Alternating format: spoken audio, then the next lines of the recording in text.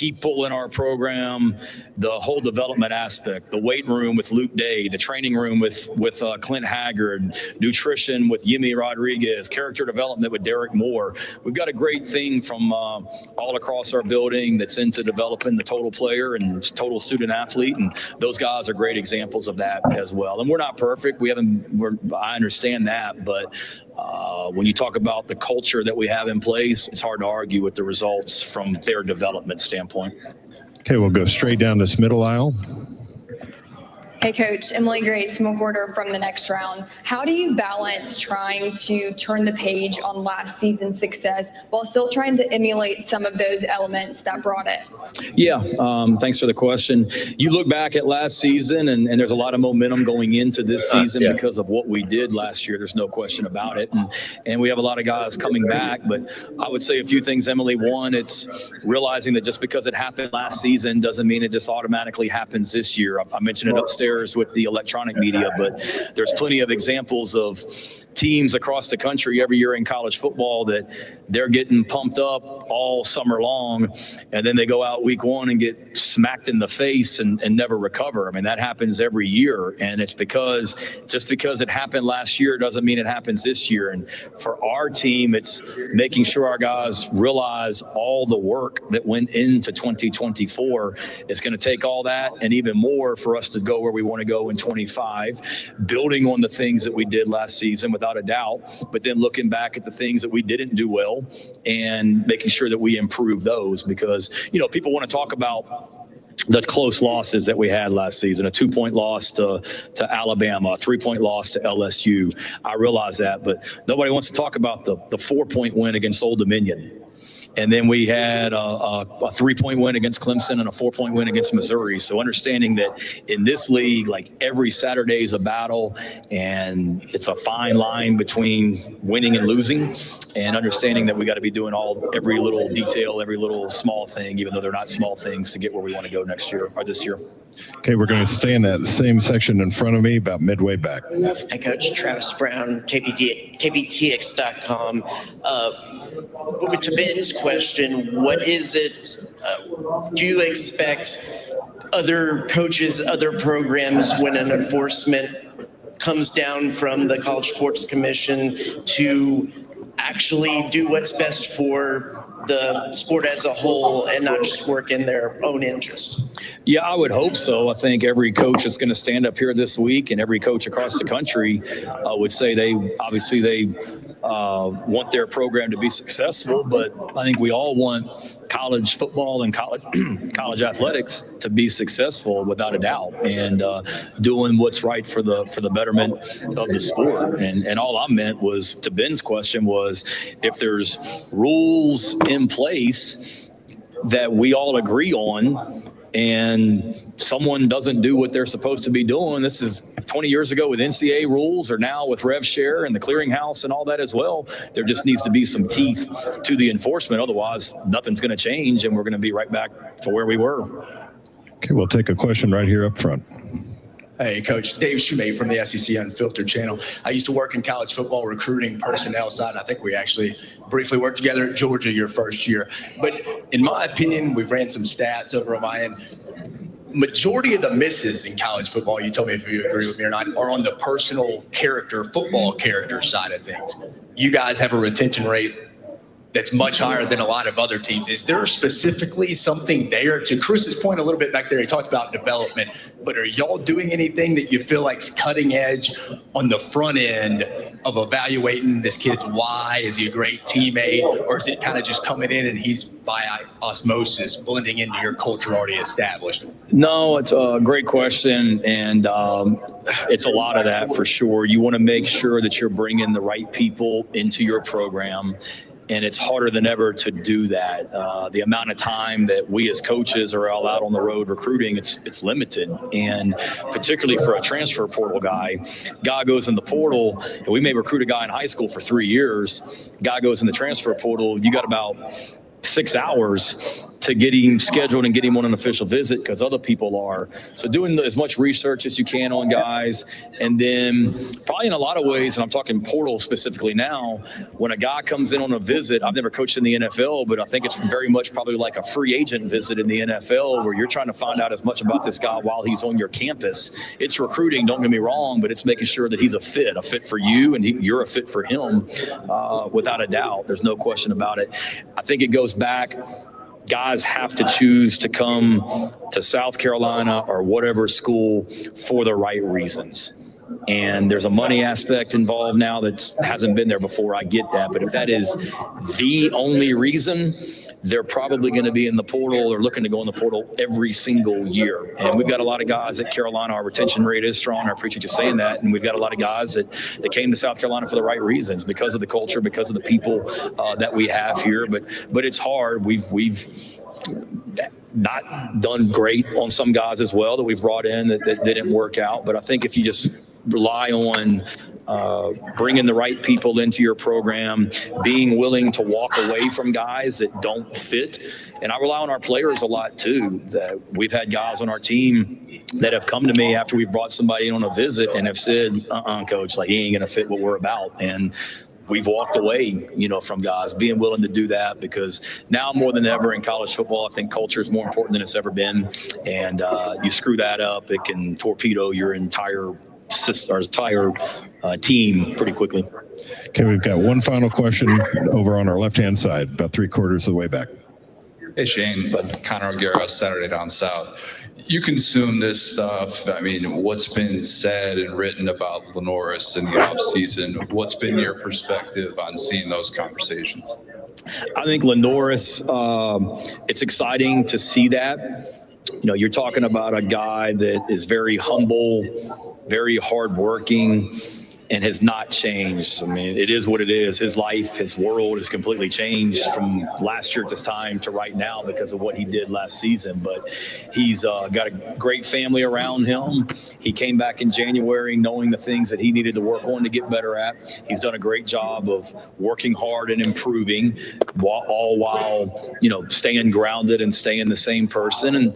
And I think, and we're going to be better around Lenoris this year as well on the offense. We'll have more depth and more competition at pretty much every position, I feel like, and that's going to help him. He doesn't have to be Superman for us. We just need him to continue to be the person that he is, the leader that he is, and the player that he is, and watch him continue to take this next step. But certainly it's different for him, but I think he's done a great job of handling it and just continuing to focus on the things that are important for sure.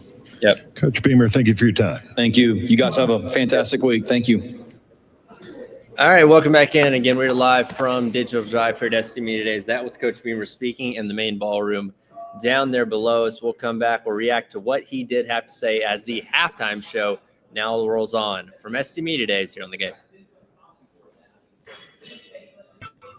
Broadcasting live from the Herndon Chevrolet studio. Herndon Chevrolet is your I have no clue what I have no clue what the brakes are like right now. 24/7 at Herndon. Okay, just one. 15 after, 18 after, so there's one behind, so you gotta make it one. All right. Okay. We missed the top of the hour. Okay. So what do we need to do? Hey, Ed, let Bill know we're a break behind and we gotta make it up. So basically, he's gotta come back short. You gotta have a couple of short segments to get us caught up. All right, thanks. You get caught up. You get caught up. Do some heat. Huh? Can I grab some heat? In a minute. I'll go in one of the breaks. Sure. Yeah. We used to have another sponsor. What? If you had all the fun, we used to have another sponsor. Oh, cool. So now I gotta go redo all the Fun. They sold it just today.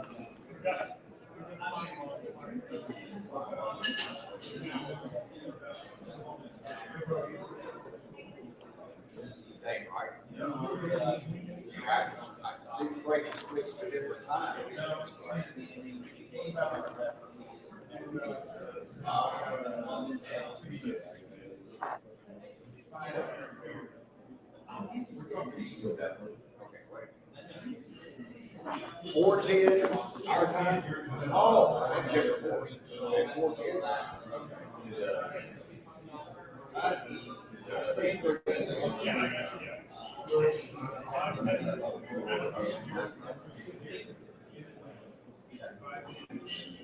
410.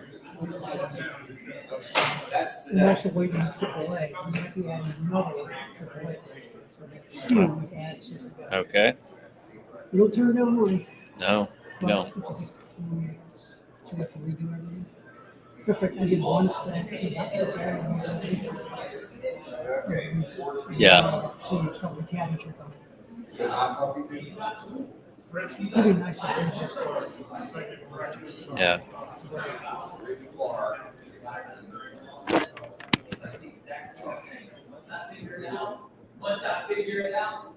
time for some breakfast.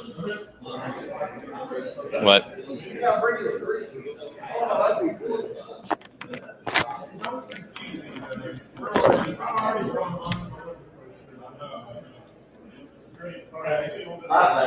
I couldn't help. I couldn't resist. Well, time zones, okay, I sit there. Driving all the way from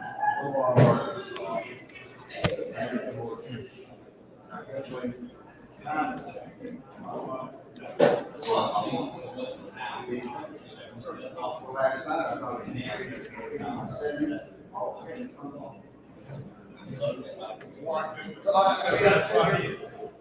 David's trying to talk with Mike over here. We're gonna ride at 5:55. Screwed up. Thank you. I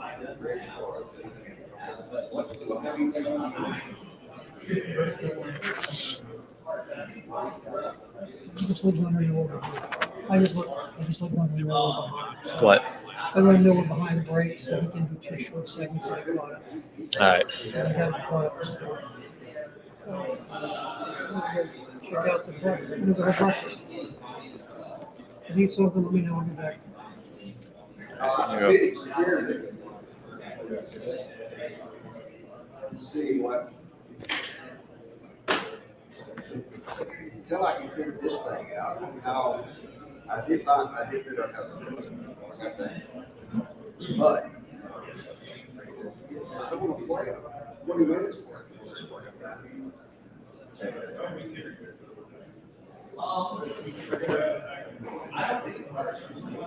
So what I did, I recorded on this, and I did it on track. And finally, I just like a track 5, I did that all. And stop and answer my question. I mean, everything. All right. That's fine. That'd be a good play.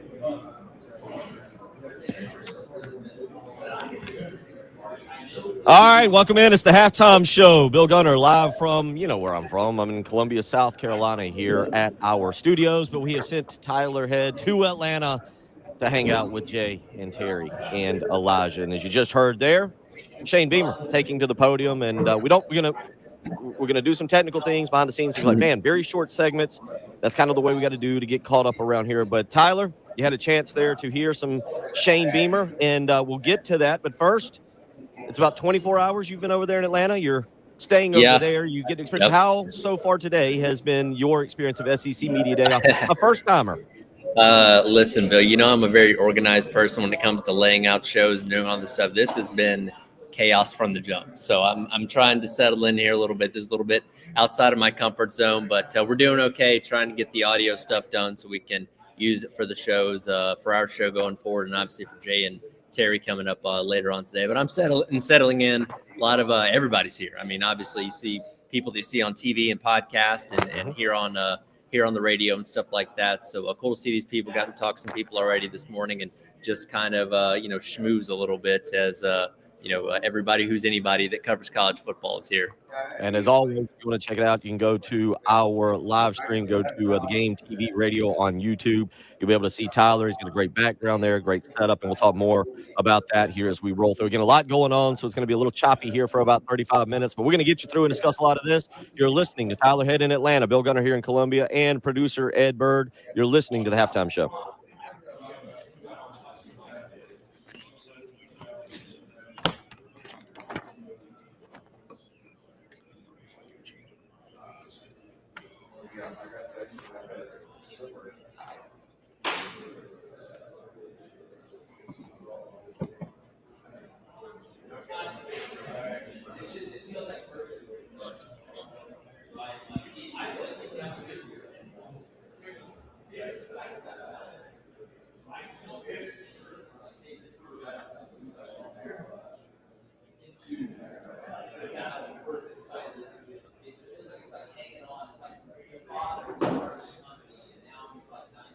Bill Gunner for the Mortgage Guru, Jacob Crowder, and First Palmetto Bank. Let me tell you something. If you are thinking to purchase a home, maybe you're thinking about building a home, maybe you're thinking about just refinancing your current home, there's no better person to call than Jacob Crowder. It was just over 5 years ago. He helped me with the purchase of my home on Lake Murray, and he did a phenomenal job.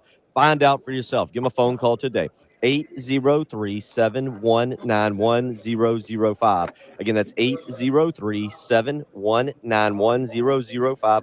First Palmetto Bank is locally owned and operated right here in the Midlands. What does that mean? That means they can help get you the kind of deal, and they can do it quickly that you are looking for. So right now, First Palmetto Bank has products for home buyers to keep payments down. And if you're considering building a home, First Palmetto Bank has a no-nonsense construction loan that could fit your needs. For more information, call the Mortgage Guru, Jacob Crowder, today, 803-719-1005.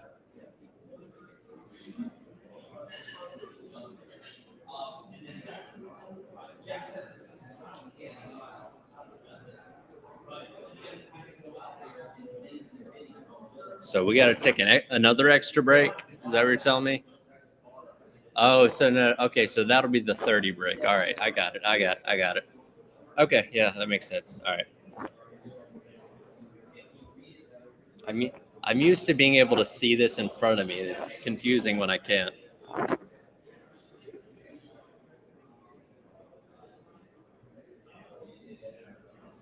Probably not.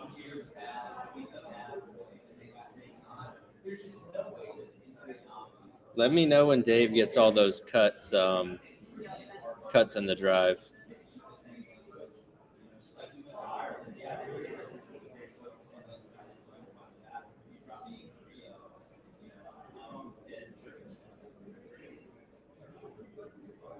All right, thanks.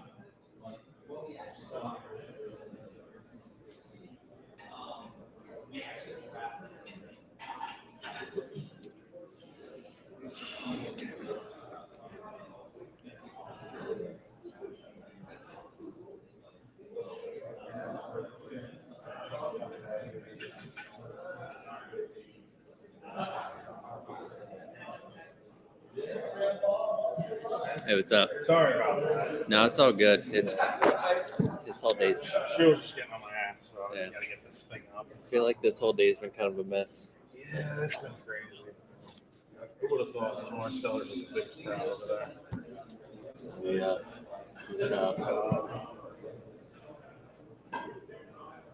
I only about heard half of what Beamer said. Did he say anything insightful?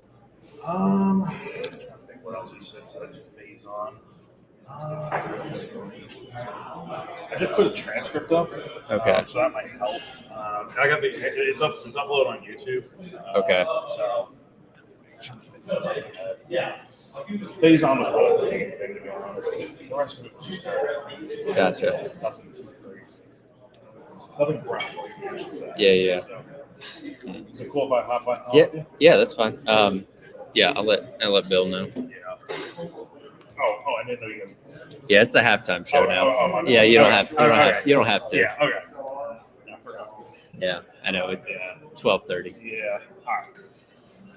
Just let me know that you need anything from me. Yeah, man, all good. Yeah, I think we're good. As good as we can be. So you guys are back on the regular schedule now, pretty much. Yeah, I'm assuming Beamer and because we had DQ for a few minutes before Beamer went on. Hopefully we'll get Sellers and Nick Barrett. We'll see. Yeah, hopefully whenever Sellers cleared. What's that guy's name? I forget his name. Phil? Yeah. Phil Cornwood. No. The dude right there, the media guy. Bates. Bates. Okay. All right. I forget his name, but he's the one that brought DQ by. Yeah. Michael Bates. All right. Cool. All right. You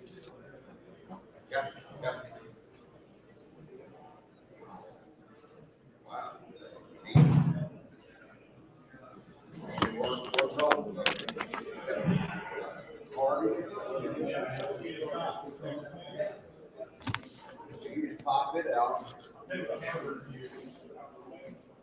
Go right back into the one. You ready?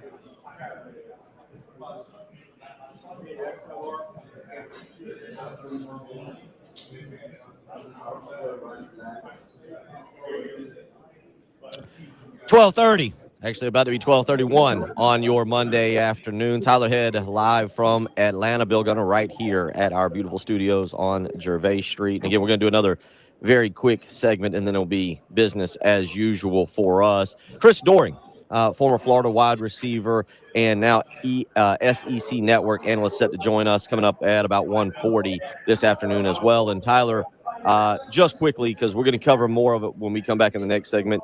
Your thoughts on what you've heard this morning. Just give me the one standout thought that you have so far. Well, it seems like they're still pretty optimistic about the Faison thing, which we'll probably get to coming up here in just a minute, for when he was speaking to the local media earlier on this morning, because I'd almost kind of given up hope when, last week came and passed and we didn't hear anything. And I thought, well, that's definitely probably the last good sign that's coming past there. So hopefully something comes soon. We'd certainly like to hear it. We've been following this for God knows how long with some optimism. And again, it sounds like Shane Beamer thinks that can still happen, and hopefully it does. Yeah, that's, again, a lot to get to. You've heard Shane Beamer. I don't know if we have the clip. I think there's a lot going on here behind the scenes, and thank you to Ed Bird and Captain David Dare here, cutting audio and doing everything with us. So, again, we got a lot going on, but there was a particular clip, I believe, with Shane Beamer and Paul Feinbaum that is now starting to go a little viral this morning when Paul Feinbaum asked him about getting to the SEC championship game, and we'll get some of that. We got a lot from Shane Beamer, and then Greg Sankey, what he discussed today. And I love Greg Sankey, but boy, is he monotone, Tyler Head.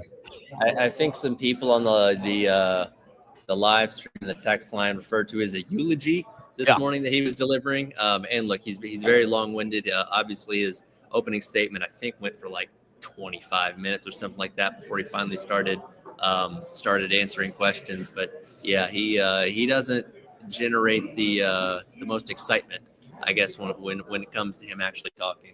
No, he doesn't. So, all right, we will get all into Shane Beamer and what he had to say. I don't think it was overly newsworthy, but we will analyze some of the things he brought up.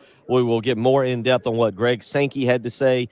Tyler, correct me if I'm wrong. What time? It is Brian Kelly who should be going on here, I believe. Actually, that's about 2:15. Y'all should be breaking for lunch.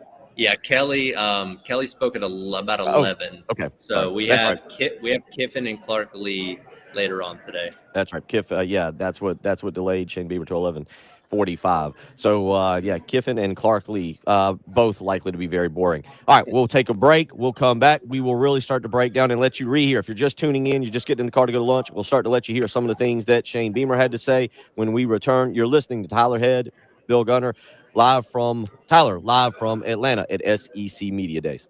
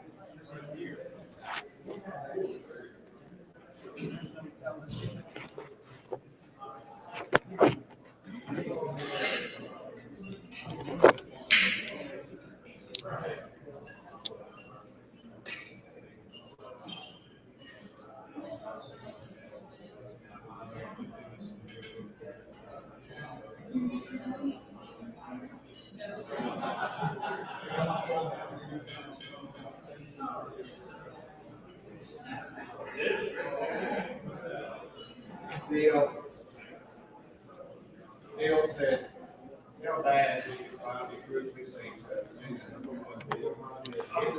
12:39 on a Monday. SEC Media Days underway. Tyler Head, and this will be a little bit longer segment so we can get into a few different things so far that we have heard and discussed today, and then we'll wrap up the hour, and then we'll be pretty much on schedule for the rest of the show. But let's go with this. From you first. First big takeaway, and you've been there. And by the way, for those that don't know, Shane Beamer also has a local media gaggle prior to the big ballroom there, where basically it's just local media. It's a secret hidden location there at the College Football Hall of Fame. Nobody knows about it. You find out at the last second. You got to knock on a door. You got to knock on a door to give a passcode to basically get in.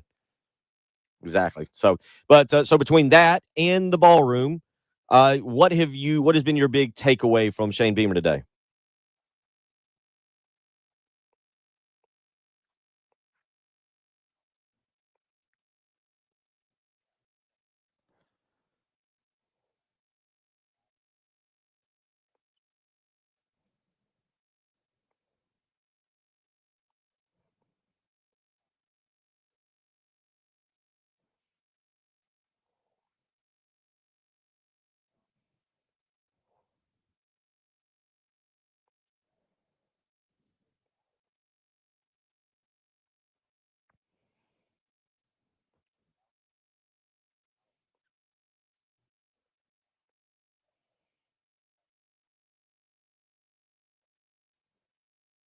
So I went back last night and I watched the Illinois game. I watched some of it. I didn't watch all of it.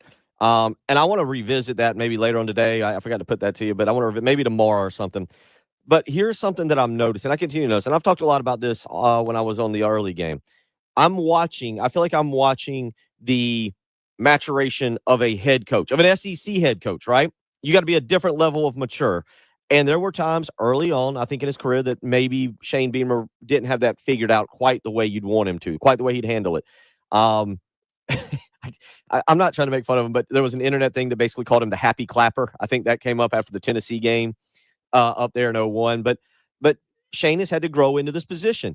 And I'm looking again at Gamecock football, Tyler, at the Twitter account. There's nothing with him putting glasses on, and not that I thought that was great. You've seen it, but if you look today, it's very, I want to say, professional stuff. The funniest thing that I see on there is it looks like Shane is behind the wheel of driving him over with that looks like DQ Smith standing behind him, making sure they're okay. It says the program. It's a tweet from 5 hours ago. It says the program is ready for takeoff. I feel like this is a coach and a program maturing into a level that Steve Spurrier was mature. He Florida, Washington with the Redskins, everything. But I feel like I'm seeing we are watching firsthand the evolution of a football program.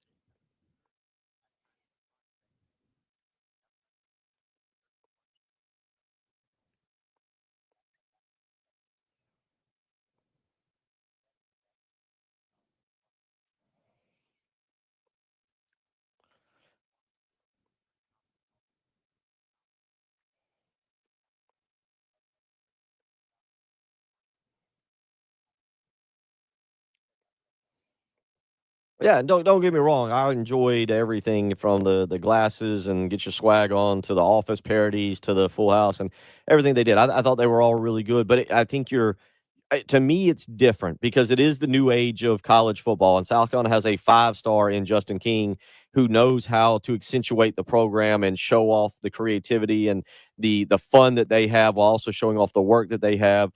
But to me, there has to be in college football, there has to be some level. The way this thing is run now, and with social media being the way it is, there has to be some level of having your program exposed and exposed in a great way, but also keeping it professional. Tyler, we got to hit a break. I mean, Ed is It is pointing. It is pointing at me. He just gave me a throat slash. We'll hit a break and we'll come back and we'll wrap up the hour. It's the halftime show.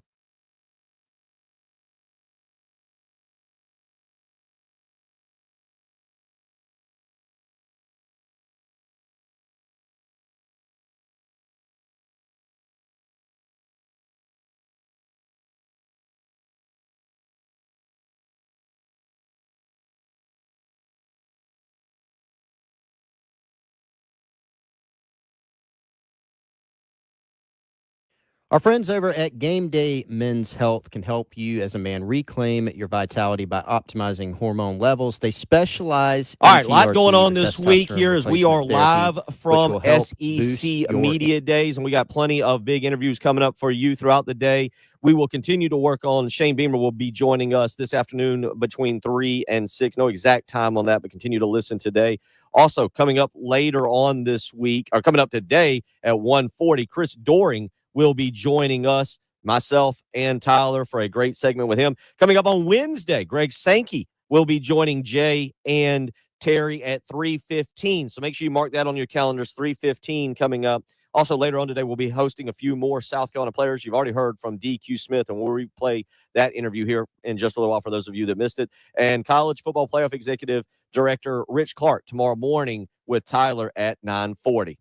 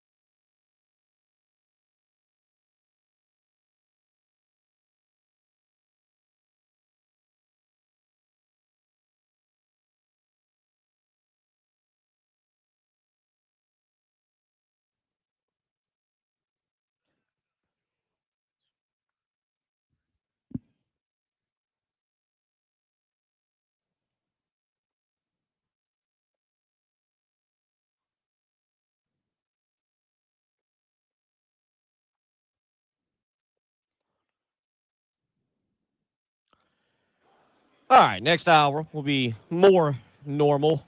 If I ever produce a show that's normal, it'll be more normal, or if I'm kind of in charge. But Tyler, over in Atlanta for SEC Media Days and days, and Tyler, this thing is now 4 days long. I can't wait to talk to you on Thursday. You do get the privilege of at least sleeping in a little bit, because the 4 days I would have to do this and have to wake up at good news is they would always put myself and Jay in the hotel where we were at, so I was just trying to get Sure. I didn't have to get in a car, or I just had to make it onto the elevator and get down. I will say, and hopefully everybody can hear me on the live stream now, I will say I did have to leave my parents' house at like 6:30 this morning, so I didn't really get to sleep in all that late. So it's still relatively early morning, all things considered.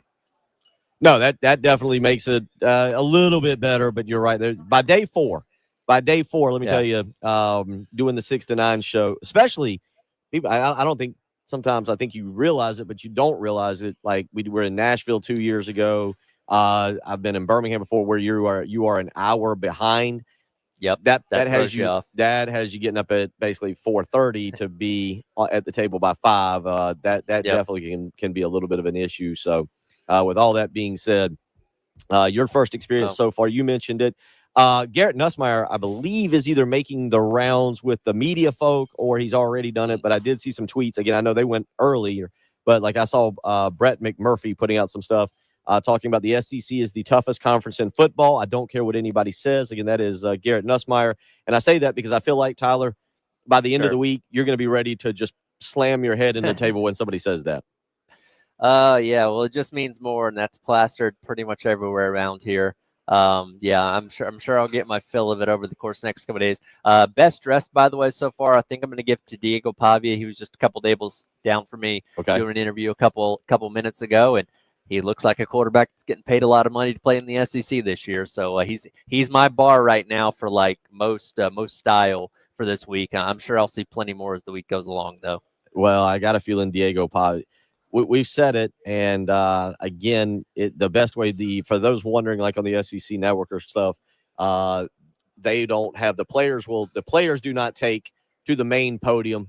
They will be put in the room, but they're put in different corners, kind of like treating children that have acted badly together. You separate the three players into corners, and then everybody walks around and talks to them. But I think as we go through the day, I'm more than sure, I'm very confident that there will be some Diego Pavia quotes that will be leaking out.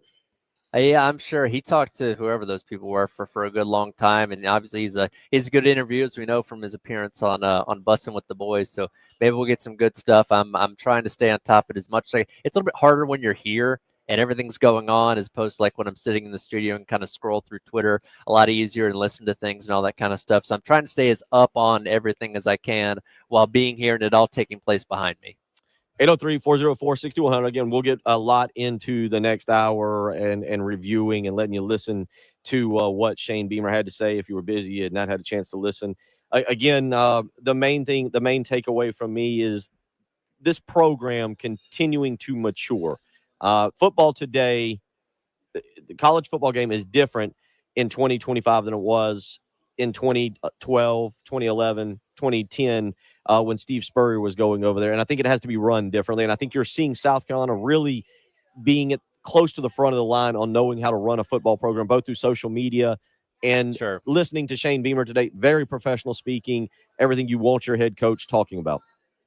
Yeah, no, absolutely. And again, it's that maturity that kind of go back to from a couple of minutes ago that you see obviously progress and learning from those around you. And again, he's been in the SEC now for this going into his 5th year. So he's had the opportunity to take the cues from some of the other coaches he's gone up against, and obviously the people that he's worked with in the past, kind of mold into the coach that he's going to become. I think every coach kind of looks at the things they may have done when early on in their tenure, say, hey, maybe we would have done that a little bit differently, or would have answered those questions a little bit differently. But we're watching Shane mold into that right before our very eyes, and obviously has hopefully a really good team this year. They can be excited to talk all about today across all these various platforms.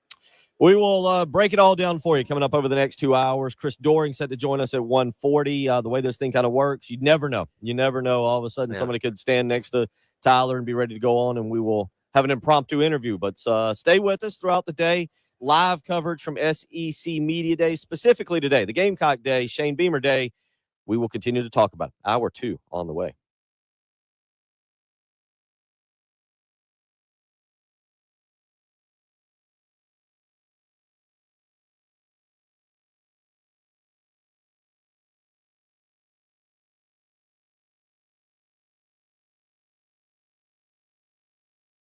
Bill Gunner for Mid-State Roofing. We're for nearly 30 years. The family, Larry Leitner and the team, they have been the proven leader in the roofing and waterproofing industry. Let me tell you, the reason you are a leader for 30 years isn't just because you've always done a great job. It's because of the way you treat your customers, the way you take care of them, the way that you make sure that the job is done in a safe and pleasing manner to you and your operation, whether it's your home or your business, whether you're here in Columbia, whether you're in Florence or Myrtle Beach, maybe it's Aiken or Charleston or Greenville. Mid-State Roofing roofs the entire state, and they do it with making sure it is at the best professionally done job possible. So give them a phone call 24 hours a day, 7 days a week. They are ready to take your phone call. 803-356-1919. Again, that's 803-356-1919. You can reach out to them today. 24 hours a day, 7 days a week. Get that maintenance package put together and make sure your home is good and dry long into the future.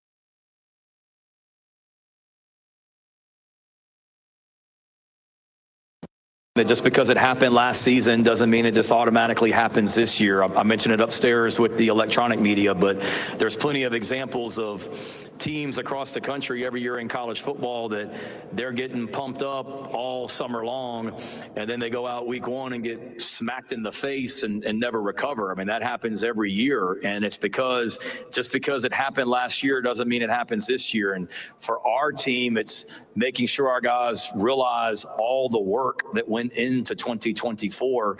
It's going to take all that and even more for us to go where we want to go in 25, building on the things that we did last season without a doubt, but then looking back at the things that we didn't do well and making sure that we improve those, because, people want to talk about the close losses that we had last season, a 2-point loss to Alabama, a 3-point loss to LSU. I realize that, but nobody wants to talk about the 4-point win against Old Dominion. And then we had a 3-point win against Clemson and a 4-point win against Missouri. So understanding that in this league, like every Saturday is a battle, and it's a fine line between winning and losing, and understanding that we got to be doing every little detail, every little small thing, even though they're not small things, to get where we want to go next year or this year. That was Shane Beamer just about an hour ago, and we will talk more about that. But as I mentioned, this is always kind of wild and kooky. Things happen. And joining us now, not only is Tyler Head, but is the one and only, the new face of South Carolina football, LaNorris Sellers. Mr. Sellers, Mr. Head, welcome to the program. Hope y'all are doing well. Yes, sir. Thank you. Hope you are well as well. How's it going today, man? Good. Doing well. How's obviously a lot. Very busy, very exciting to be around here at Media Days. Your first trip here. What's the morning been like for you so far? It's been interesting. I've seen a lot of stuff, met a lot of people, seen a lot of people from TV and stuff, shaking hands with a lot of people. So, it's a fun experience. Yeah, very cool. Let's cut up with you for a few minutes here as I'm actually sitting here in the studio. I'm looking up and you're talking earlier to somebody. Let's start with the suit. Very nice, very calm, very almost similar to maybe a buddy of yours, Colin Murray Boyles, who a couple weeks ago in the draft was very professional. It appears to be on television a black suit with maybe a pastel garnet tie. Yes, sir. Yes, sir. Well, give us a little breakdown on that. Did you choose that? Does the university hand it to? Does mom come up and make some recommendations? How do we arrive at this what is it? What do you kids call it? The drip these days? Yeah. So I had a couple in my closet, but I knew what tie I wanted. I wanted a tie that was kind of like this design, but Gamecock colors. And it was kind of rough to find it. But then I found one in Florence at Butler's, which is Mark Butler's store in Florence. He's a suit store in Florence. And then it was like I had became between a gray suit and a black suit. And then the black goes with everything. It's Gamecock colors. So it's went hand in hand. That is a very good look for you. All right, let's move to another question for you. You're not much of a talker. You probably don't listen to us. We tend to kind of make fun of you around here sometimes because most of your clips are 12 to 18 seconds. I think a couple of weeks ago we had 8 clips from you and they didn't even total a minute. So as I look up, they're showing your highlights. You have big play. You get very animated. So when you're playing video, when you're playing the college football game with the guys back in the dorm, give me some good LaNorris Sellers trash talker. Do you just make a play and look at them? It really just depends if you're playing online or if it's like in the moment, if it's a close game or whatever. Like you talk a little trash, obviously it comes out then. But then it's back to focus real quick because then they'll probably end up doing something good or I'll do something stupid, getting too cocky. Go ahead, Tyler. Go ahead. Yeah, I was going to say, I do have to ask, obviously, you're garnering a lot more attention this year, given how you played last year. We see you on Heisman list and all those kind of things projected as a high pick in the NFL draft. How do you compartmentalize that? And I know you guys talk about blocking it out, but you can't ignore when people are talking about you at the same time. What's that kind of challenge like for you of balancing all that as you go into this season? Really just taking it day by day. Like it's a lot of talk. People just in my ear left and right, just saying stuff, expectations, proud of me, stuff like that. So it's kind of like just taking it day by day, not getting ahead of myself, not thinking too far in the future, but not also thinking in the past either. And I know you're probably not going to remember this. Last time I saw you was at Darlington in spring of last year when you were hanging out in the pits before the race. And I went up, we talked, we took a picture and everything, but there was nobody paying you any attention. And again, you're taller than everybody else, to stick out like a sore pink thumb, but nobody really knew who you were. And I imagine now that's a whole lot different. You can't really go anywhere, especially in Columbia, without getting noticed. I mean, what's it like kind of living this almost celebrity-esque type of life now as you go through your next couple years of college here? Yeah, people recognize me, stuff like that. and it's just pretty much like everywhere I go. So I mean, I'm not really like I try to give people time of day when I see them because Sure. it's kind of like that can make a big difference in somebody else's life. Like what's nothing to me might mean everything to them. So it's kind of like you want to give everybody the time of day. You never know what they're going through and stuff. So Yeah. smile, shake their hand, take a picture. It'll take 30 seconds. So By the way, Brad Keselowski hasn't won since you were there before him that day. He might want you back on his pit box. okay, Yeah. oh yeah, definitely. I'll definitely do it. That was fun. I had a good time. Gamecock quarterback Lenora Sellers right now joining Tyler in Atlanta, joining us. What has it been like for you? Because you committed, obviously committed to Shane Beamer, but when you committed, Marcus Satterfield was the offense coordinator. You never got to play for him. 2 years with Dow Loggins. What has the transition been like now for you with Coach Shula going back to last December, going through the bowl game, going through the spring, and now where you're at today? Yeah, it was super smooth. Like I knew Shula already, so it wasn't like we could start from square zero, like relationship wise. But it's more of just like him asking me like what I'm seeing, him telling me what I'm seeing, and then we're just compromising and coming up with a solution to whatever problems we had. Or if we want a new play or something, just ask me what I think, play names, what to call different plays, what I'm seeing, what he's seeing. So. And how beneficial for you, and then this just goes for Dow Loggins as well, because he was at Arkansas. How beneficial is it for you to have two quarterbacks and not only or two offensive coordinators that not only played the position, but played the position within this conference, kind of understand the grind and what you have to deal with when you're playing against high-level competition like you do week in and week out? Yeah, they understand everything that goes into it because, like you said, they've experienced it. And then, like even with them being in NFL, they've talked to and coached like different guys, different personalities, and who take coaching different ways and stuff like that. So them being able to adjust just makes it easier for us to be able to talk and communicate. I want to go back to the Shula thing there and what you talked about. What was his role with you last year in terms of being on the sideline with you, or maybe talking between plays, and how that transitions to y'all's communication not being much different this year? So he was on the field with me last year. So he has like game, like raw footage pretty much of me if I was super like into the game or emotional or anything like that. So, I mean, he pretty much knows me pretty well. And then it's like, hey, so hey, like, what are you seeing? And he just gives me like a call sheet. He's like, what do you think would be good plays, or what do you like right here? And D'Lo just talked to him. He's like, hey, tell him everything about doing this. And then if I need to tell D'Lo something, he'll be the one to give me contact with D'Lo and all that. So now, is he going to be on the field again this year? Or is he going to be up in the press box calling plays? I ask him that all the time. He tells me to wait until August 31st every time I ask him. So now, do you have He's just going to surprise you. You're just going to be standing there. He's going to come up, tap you on your shoulder. Hey, I'm here. we don't see. Now, would you prefer him to be down at field level again? Yeah, I prefer him to be back on the field just because that's what we did last year too. So, but if he needs to see something, he probably need to be in the press box. But yeah, because that's a trade-off. Yeah. Just a few minutes left with Lenora Sellers. So your brother enters the program now. What is the role of being big brother and the role of being teammate? Do you put him in a headlock if he drops a pass? Do you encourage him as a teammate, or do you treat him maybe like you did a few years ago when y'all were living under your parents' roof?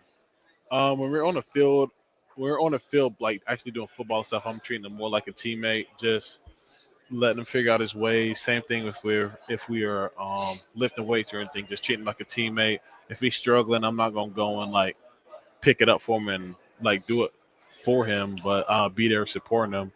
But once we get home or off the field or anything like that, it's kind of like, dude, like what were you even thinking right there? Like, well, not to mention he's exposing your secrets about being afraid of thunder. Well, what's up with that? That was more like when I was younger. I wasn't scared of thunder. I didn't like thunder and lightning, but my thing, what I actually feared was tornadoes. But every time it was thunderstorm, we'd get the tornado watch or warning, that thing. So it's kind of like, Which that's scary. I get it. Yeah, and then it's like it's silent, and you just hear like that. Okay. It's kind of like, oh gosh, what's going to happen now? He'd be like, dude, are you serious? Like, come on, bro. And I'd be like, all right, the tornado come and then they'll suck the house up. Then what? Now, are you afraid when visiting somebody else's venue this year they might break out some of those sounds to kind of throw you off or something? No, I'm not afraid of it no more. It's kind of like I know what it is now. Well, I know you're not afraid of now, but you think they might try it? Like, hey, maybe this will get in his head. Just depending on the fans and then the students, it's going. We'll see. See, you have to win a game in like a lightning storm to get this to go away completely. They'd be like, "Guys, he's not afraid of it anymore." No. Don't play a game in a lightning storm. You got a career. Well, maybe not maybe at least in like a downpour. You know what I mean? Like safe for everybody to be there. You know what I mean? Get that out of the way. Say he's not afraid anymore. Let's get. I want to get a very serious question in. All right, which uniform? Let's get to put it out. Which uniform combination for South Carolina is Lenora Sellers' favorite?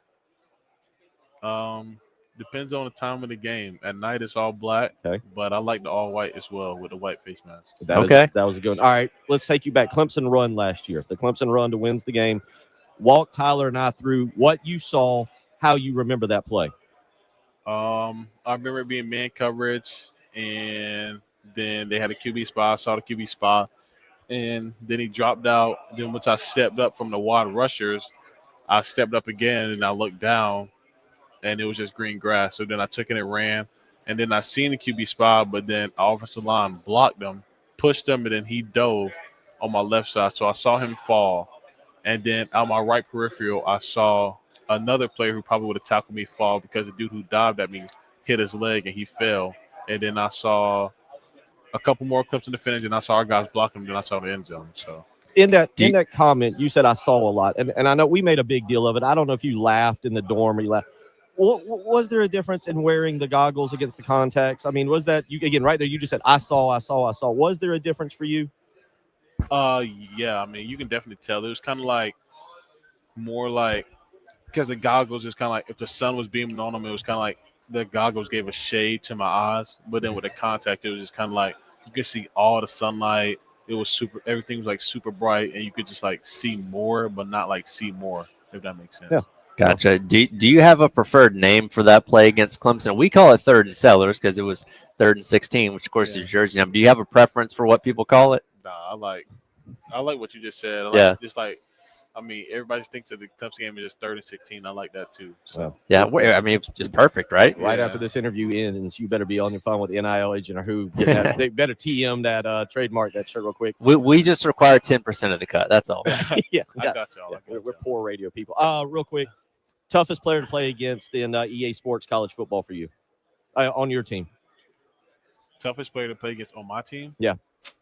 Dylan Stewart Actually, Dylan Stewart and Brian Thomas, once their like highlight factor thing comes on, so once they get like a sack or something, it's kind of like you actually can't block them. Really? Even if you double them, they split the double team and all that. So. Oh, it translates to real life.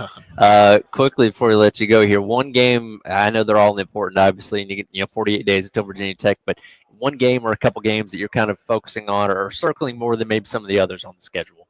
Let's see. I mean, obviously looking forward to the first game just because the first game. I mean, Clemson's another big one in the state, but like you said, all of them are super important. We go to LSU, which is a nice stadium, I heard. Mm-hmm. I mean, probably not a nice stadium for us to play in, but it's a fun environment. That makes sense. So, but all those away teams, I just want to see all the SEC stadiums, really. Quickly, Diego Pavia said he had the South Carolina game circled when they're coming to Willie B in week number 3. What's your thoughts on that matchup? I mean, they're a good team. Jumped onto the show last year, really just show that their team, they're competing. So, I mean, it's always a good environment with them. And then they'll come to Willie B, which is another good environment, hard place to play as well. So it'll be a fun game. Before, last final question for you. I know you got to go. How is Lenora Sellers different in August than Lenora Sellers was last August getting ready for his first start? I'll say I'm just a little bit more confident. Just having a little bit more fun, not super focused on being perfect and all that, not afraid to make mistakes. So, Tyler, I think we got multiple comments that were longer than 30 seconds. I'd text Tyler and Terry right there next to you. I said, I want Sellers today because my goal is to get a comment longer than 30 seconds, and we did it. Well, man, we appreciate you hanging out and opening up for us today. And, man, we're excited to see what happens in 48 days and what this season has in store. Oh, yes, sir. Appreciate y'all. He is Lenora Sellers. We're broadcasting live from Digital Drive here at SC Media Days. More coming up next here on The Game.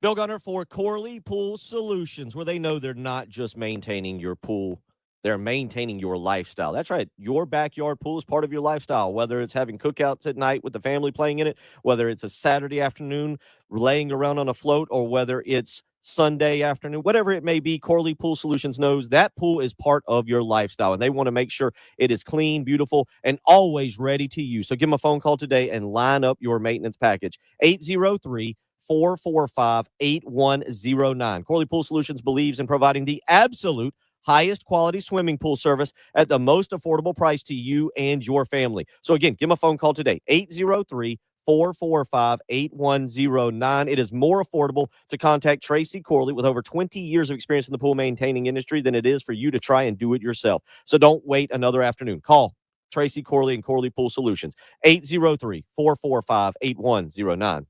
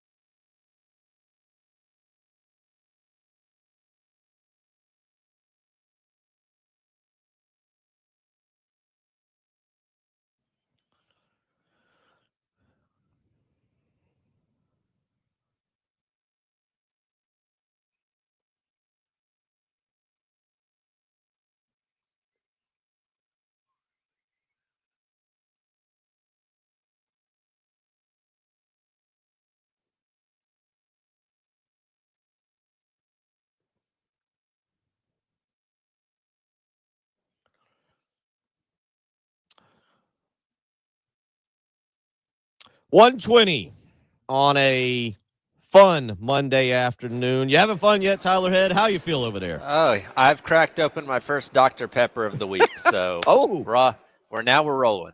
what I have to ask after that great interview, I'll interview you for a second on Dr. What is the flavor?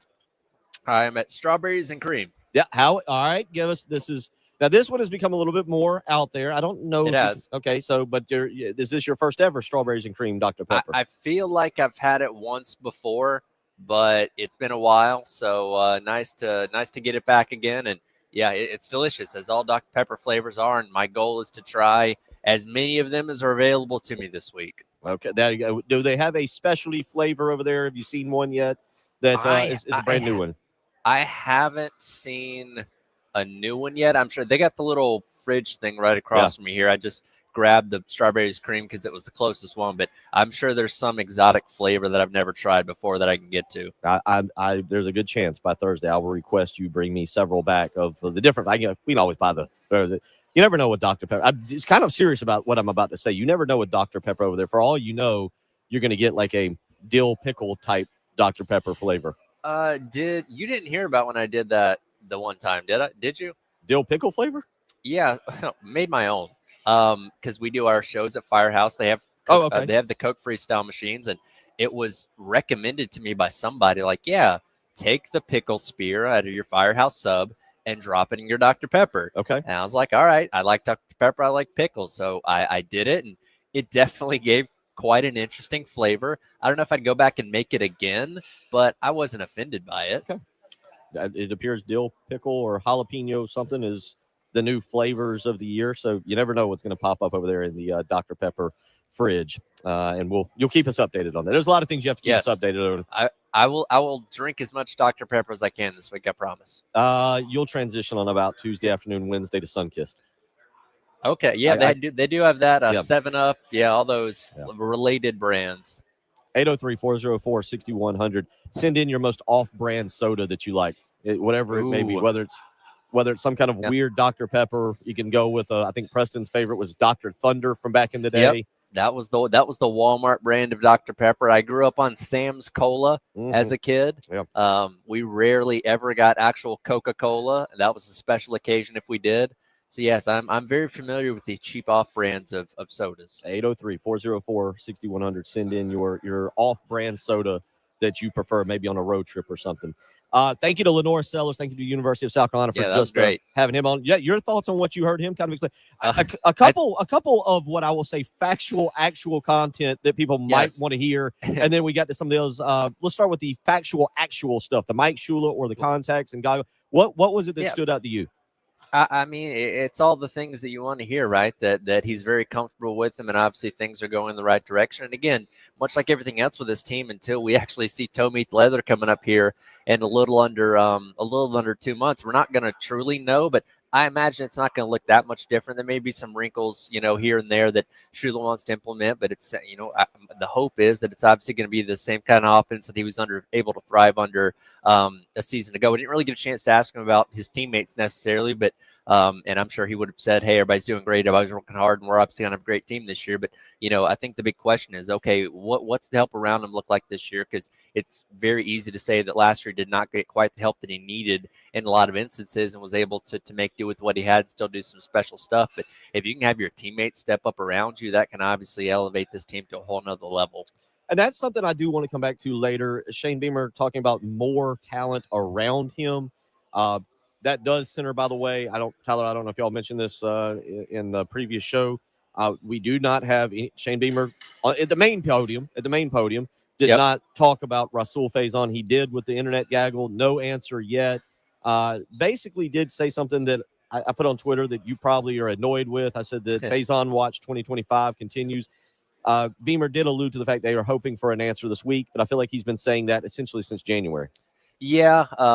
Again, the fact that because the last time we heard from him was like in May at one of those welcome home events, and he was pretty frustrated when the topic of Rasul Faison came up, and I just kind of assumed, given what happened last week, where it seemed like we might get an answer and then Nick get an answer, I figured he was going to come out guns blazing today and go on one of his famous rants, having to do with that. But he seems to be level-headed about it. He seems to be confident about it. So, and again, he's going to know more than we do at this point. So maybe there is something truly still in the works that can come hopefully very soon to where we don't have to talk about this anymore and say, hey, here's what Rasul Faison's going to do actually on the field this year instead of having to debate his eligibility. So that we do have that. We do have a little bit of news there. And I do want to circle back maybe this week on the comment Shane Beamer said about having more talent around Lenore Sellers. We joked about it. I don't know how you kind of handled it on the program, on your programs in the fall. That is interesting what he said. I don't know if he said anything like that anywhere else about the goggles against the contacts, and almost coinciding a little bit maybe with him starting to take off as a player. Yeah. Again, the better you can see, the better you're going to play, true. right? Especially quarterback. Yeah, that makes a lot of sense, and obviously it's something that worked for him, and it's probably a comfort thing too. I can't imagine those things sitting on your face like that because you gotta strap them, around the back underneath your helmet. That's probably just something that's uncomfortable, and if you're doing anything and you're a slight bit uncomfortable, that's going to affect the way you do that kind of thing. So obviously, once he made the switch, it obviously really started working for him. And what Nick Harbor, I think, does the same thing now with the contacts. Hopefully that continues to work for him. And I'll just say with Nick Harbor, there appears to be a correlation between him coming on at the end of the year in terms of catching the ball against a few of the drops he had early on. Listen, of the few people that I've talked to so far this morning, introduce myself, tell them I cover South Carolina. Nick Harbor usually comes up pretty quickly like, hey, what's going to be the deal with him this upcoming season? I'm like, we're hoping he takes a big step forward again. He obviously is not natural to the position going back to his days in high school, but we saw him hit his stride a little bit last year, like you mentioned there, and hopefully that carries over. Now he's had a full offseason actually focused on football to carry over here as well. 803-404-6100. We are awaiting Chris Doring joining us. I'll have a Chris Doring story for you, Tyler. He's at the table next to us, so he'll hop over to us when he's done over there. Let's hit our break here, and we'll come back and patiently wait the arrival of Chris Doring. You're listening to the Halftime Show.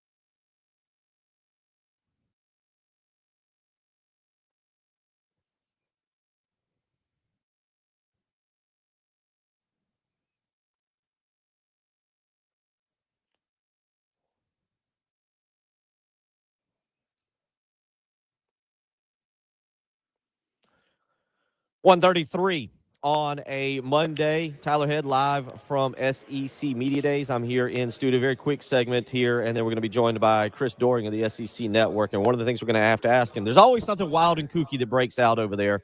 Usually not something said by a coach. We'll see if that changes this week. Earlier today, as he was making his rounds at some of the radio tables, Greg McElroy on WJOX 94.5 saying that people very much in the know person believes Nick Saban will return to coaching. Tyler Head. Whoa, well, talk about a bombshell. Again, I don't get to see all these things as frequently as I do when I was back in the studio the past couple of years. But, man, you want to talk about something that would shake the foundation of the sport if that happens. I mean, I think about the day that he retired now, 18 months ago or whenever that was, back in January of 2024. Could you imagine the groundswell if he decided to come back and where he would end up going if that does happen? He will be, for those wondering, because I wondered this as soon as. By the way, there's an article. This isn't. I had to look, Tyler. You know this now in our day and age. We have to instantly keep track of everything and verify it. There's an article on the Alabama 24/7 Sports site talking about this. Wow. Well, put this in your mind because again, you're just telling me this now, so I got to think about it. Yeah. Tomorrow, where would he be willing to go back to? We will think about it tonight. What teams would he realistically actually want to coach if Alabama is not obviously an option and Kalen DeBoer sticks around? Yeah, we will get into that. We will maybe throw that at Chris Doering as well and get his thoughts on that. Paul Feinbaum, by the way, as you would expect, Paul Feinbaum has already basically said no, that would never happen. And we'll circle back to that. That is a little bit of a way to open up SEC Media Day with some, hey, Nick Saban may return to the sport. So we will do that. When we come back, Tyler, we will catch up with Chris Doering. He'll sit down at the table with us. We'll talk South Carolina. We'll talk about a very cold night in 1994 at 1995, I believe, at Williams-Brice Stadium and see what he remembers of that. And we'll talk more about the South Carolina Gamecocks. You're listening to the Halftime Show.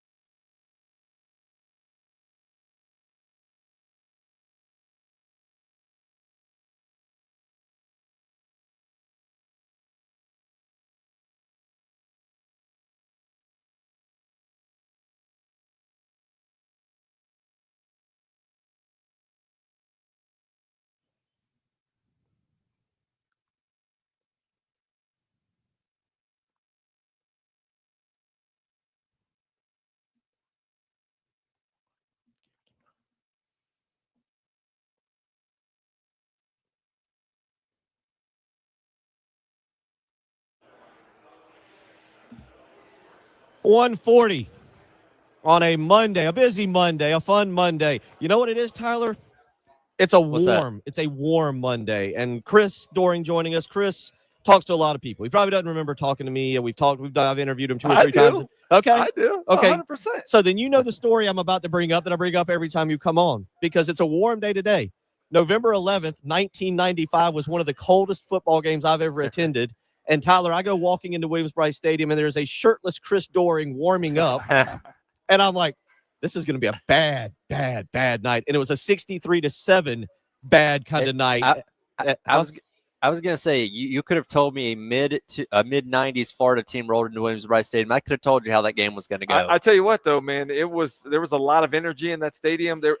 Correct me if I'm wrong, but I believe that the weather rolled through. There was some sort of like power outage at our hotel, terrible weather, and then all of a sudden it turned really cold. And I played in some cold NFL cities before, but that was brutal that night. And I thought we were gonna get conservative and run the football, and that was not the plan. We threw it around the yard pretty well that night. Now, I had to look back. That particular night, that particular afternoon, y'all were number 3 in the country. And it's interesting, real quick, we'll get you the mindset of Steve Spurrier, because I don't know how much he watched other games and saw what happened. But he watched, I guess, Nebraska and Ohio State were 1 and 2. And Ohio State, both of Nebraska and Ohio State posted huge victories. I think Ohio State, I think both actually won 41-3. Would Spurrier say, like, hey, guys, they won big. We got to go out and clock these guys. We got to whip them pretty good. No, it's a good. You got the voice down for sure, but I don't remember him ever. He would bring up to us at times. He'd like, yeah, my buddy Danny Sheridan. He thinks we're going to win by 42 this week. Like, they was aware of what the perception was, but we would not stop running the offense. And there was a lot of people that would criticize why we were still throwing in the fourth quarter, but then he would make the good point, like back then, you didn't see Nebraska stop running their triple option offense in the fourth quarter, right? So you let your backup guys play, and a lot of guys got a chance to play back then. We had some fun games in that 95 season. By the way, did anybody get upset about his golf game in Gainesville? No. And that's the thing. It's funny. Everybody's on Hugh Freeze, right? Yeah. But I don't remember. But you know what? There's a difference between winning and losing. That's true. He's doing a lot of winning back in Gainesville. No doubt. Where he's not doing too much of that right now in Auburn. Also, not a lot of social media to highlight True. going to the golf course. Chris, that was 30 years ago. We'll start with this. How have you seen this league evolve from where it was then, not just in teams, obviously, but from where it was then to now, how you see the game played? I think first and foremost, the depth of talent in this league is unmatched. Obviously, you compare it to the ACC, the Big Ten, the Big 12. It's not even comparable. But you compare today's SEC to the SEC of the 90s, it was much more top-heavy back then. And so I don't remember ever going to a media days where it's felt more wide open, both because you've had a lot of teams in the bottom and middle improve, and you've also seen the teams at the top kind of step back a little bit. I think that's what the transfer portal has done. It's tough to retain your roster these days. So I think that's one of the things. And one of the other things that I was so fortunate to be a part of, you talk about the way the game's played. Coach Spurrier came to Florida in 1990. I got there in 91. Started running 4 and 5 wide receiver sets, throwing the ball, first, second, third down, putting up 50 points. And quickly, teams that were traditional 3 yards in a cloud of dust programs like Auburn and Georgia had to go 4 and 5 wide receivers just to try to match. As much as you talk some of the innovation in football today, Coach Spurrier was doing a lot of what you're seeing and a lot of how the game is played today back even in the 80s at Duke and then on to Florida and ultimately there in Columbia. So I don't think people give enough credit to Coach in terms of what he did to help kind of change the way college football is being played today. Well, let's focus a little bit on South Carolina here, and given the fact that you were a wide receiver yourself, let's look at Nick Harbor going into his 3rd year. Obviously, 5-star kid coming out of high school, garnered a lot of hype, but we remind people a lot, he was not a natural wide receiver in high EA school. Sports keeps screwing the guy. They really do. It's that 99 speed, man, that Yeah. really gets all the hype going. He ends up on the freaks list every single year and all that kind of stuff. But from your perspective, what is going into a 3rd year of college football and first time for him having a full year to fully focus on football in that wide receiver position? How beneficial is that going to be, and what kind of steps can he make in this 3rd year at Carolina? It is his 3rd year, and having a relationship with Lenore Sellers certainly is going to help. I'm interested to see what kind of changes the offense undertakes with Mike Shula taking over now for Dow Loggins. But I think just that's the biggest thing that nobody talks about. Everybody wonders why you haven't had the production from this guy that is a freak, that has the measurables, but he didn't necessarily play the position before. And so as much as everybody thinks, and I take this as ultimate disrespect, that you can just plug an athlete in and let him play receiver and he's going to be great, it's just not the case. There's a lot of nuances to playing the position. There's a lot of things you have to do in terms of reading coverages. So I think, having 2 years under your belt, I think he has a chance to be poised, and they're going to need poised to be able to break out, but they're going to need him to do that. I love Mazeo Bennett. I think Mazeo Bennett's who else around him do you really feel comfortable about being a playmaker for Lenoris this year? If you're asking, I think there's young guys that have got to step up. Jared Brown is one of them who made some good plays, stayed injured last year. I'm a huge Vandravius Jacobs fan, a former Florida State player who transferred and has kind of struggled with some injuries this year. And then you got a few freshmen that have come in. I'm with you on that. This is what I love about media days. You guys locally know a lot more about these teams than what I do. I learn a lot from you guys. Well, when you have a men's basketball team and a baseball team that did not do well this year, we spent a lot of time talking about what this football team is going to be for this upcoming season. So got about 1 more minute here. And given the fact that you're a Florida Gator yourself, is Billy going to make it through this year? Obviously did enough to stave off the hot seat at the end of last year with some of those key wins in November. What's this year going to look like for him? I think Florida fans are cautiously optimistic. You win, 4 games there down the stretch and big ones over Ole Miss and LSU. I think there's no reason to think that you can't take that next step forward, particularly with what they've added around DJ Lagway. Obviously, injuries are something you can't account for this time of year, but it's a brutal schedule. The 4-game run where Florida goes to Baton Rouge, they go to Miami to play the Canes, they come home to play Texas, and then have to go to Texas A&M. I don't know if there's a tougher 4-game stretch anywhere in the country this year. So I expect Florida to be better. I think that they're a team that probably can win 8, maybe 9 regular season games, but there's a lot of other teams in the league that are vying for that kind of second tier behind, maybe where we expect Texas and Georgia and Alabama to be. Well, Chris, thanks for stopping by. I know you're a busy man, and man, can't wait for the season to finally Great get here. To be with you, man. Thanks for having me. Absolutely. Appreciate Thanks so much. All right. Take care. Good stuff. Yeah, Tyler, that was if we just played a game real quick here. I'll circle back. Chris weighs in on our text on Surge the drink. We're talking off-brand sodas there. Okay. Is that an off-brand though? I thought it was like its own thing. Yeah, well, off-brand regular one that I don't think you can purchase now. Okay. Steve-O goes with Dr. Enough from Appalachia is a must when I'm in the region. That doesn't tell me it's going to taste very good if it's enough. It's Charles goes with RC Cola. David. Okay. And now that's another RC Cola was its own brand. I don't think it was because when we think of off brands, we think of the store brand, right? Which is where you get the silly names for Dr. Pepper replacements. But I would think RC Cola is just its own third option if you didn't want Coke or Pepsi. Yeah, I feel like RC Cola was the official cola of cola, by the way, cola. When we do that, I know it's Coca-Cola, but I feel like that's in my vernacular. RC Cola a little bit different, but I feel like RC, and they may have actually been RC Cola. Was it in some way somehow back in the 60s, 70s, 80s, somewhere they're connected with NASCAR? Yeah. Oh God, I'm forgetting who. It was the 88 RC Cola. No. It was in the truck series back in the 90s. Was it Rick Corelli? It wasn't Rick Corelli. Somebody had the RC Cola truck. But yeah, it's been associated with sport. Obviously associated with moon pies as well. RC Cola and a moon pie. That's like a classic combination that I've never tried it together, but I guess it goes together. Peanuts. That's a thing. Ed Bird is telling us it does. Peanuts. He says peanuts. He goes with peanuts. Yeah. Oh, peanuts. Peanuts and RC Cola. I thought I guess it could work for any cola, but you hear about peanuts and Coke, where you dump the little sleeve of peanuts into the Coke and you drink the Coke and then eat the peanuts too. Bo, I don't know. You've never tried that? That's kind of like a Southern tradition, Bill. Yeah, and you're right. I feel like that was a 70s and 80s Southern tradition, though, and I would say even though I was born in '82, that's more of a 80s thing that I either my parents looked out for me or whatever. But yeah, no, I did not do. I've never done that. Maybe I'll put it on my list of things to try tonight as I'm sitting around.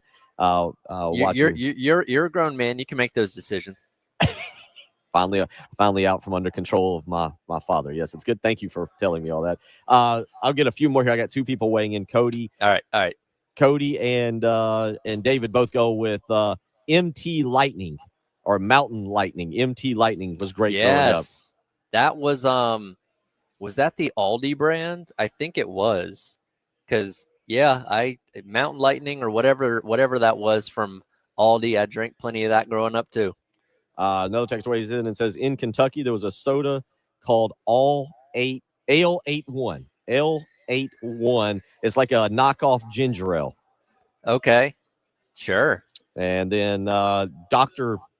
I don't know if this is a soda or a pill you take, but it's Dr. Perky. Oh, that's the DJ in the Sumter. I think that's one of the dollar stores, Dollar General, Dollar Tree, one of those. That's like their version of Dr. Pepper. And again, like, we know what you're trying to be, and I guess you can insert whatever kind of ridiculous name to serve there. But yeah, Dr. Perky, I think that's one of the dollar store off brands.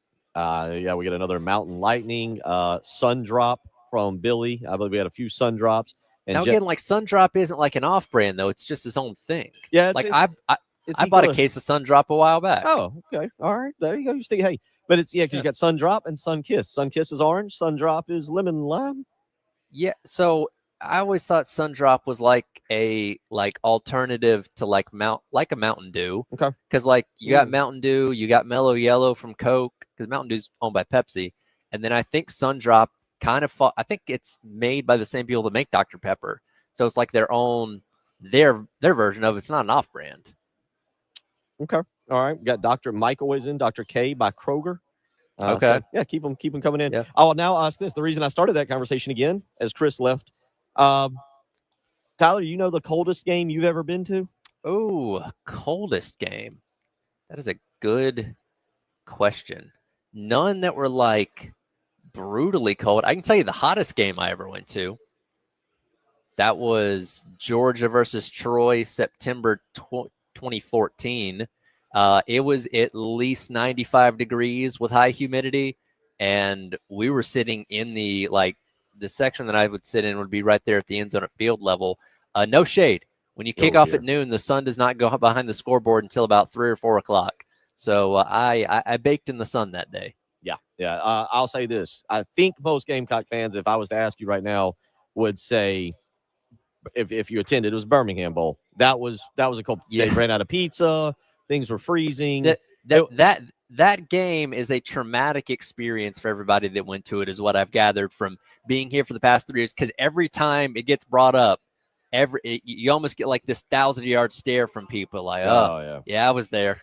Yeah, and that's why I brought it. That Florida game, a buddy of mine, Brian, weighs in and says it was like 65 tailgating and like 30 at game time. It's the only game, Tyler. That game. Now, granted, I was 13. We tailgated in the car.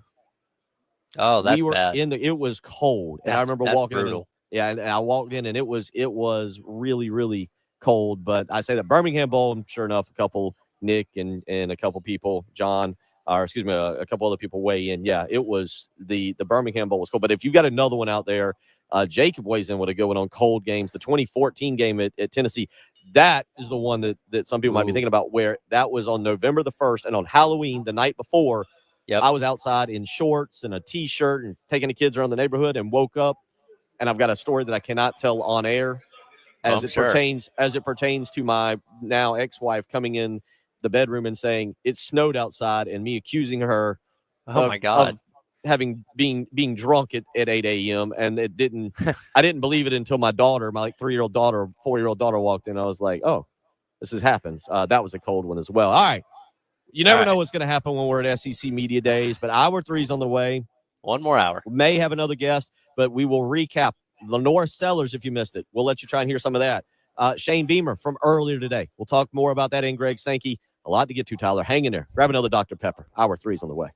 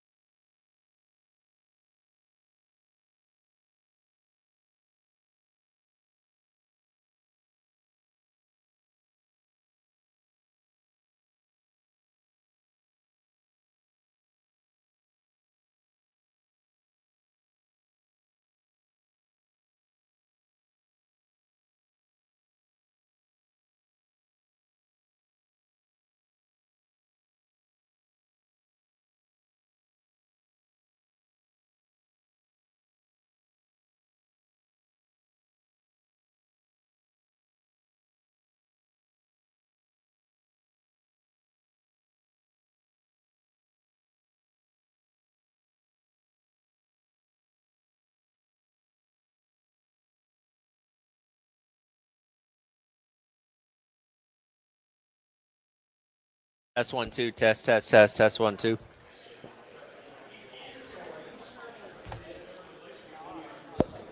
All right. Test 1 2. Test 1 2. Test 1 2. Okay. We.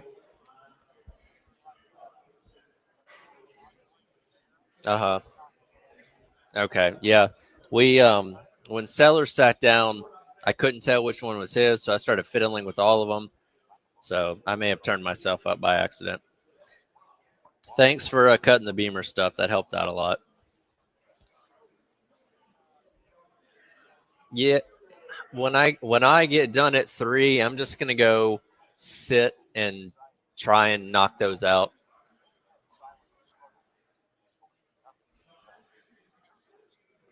Did you drop those Kelly files in the LSU folder? All right, thanks.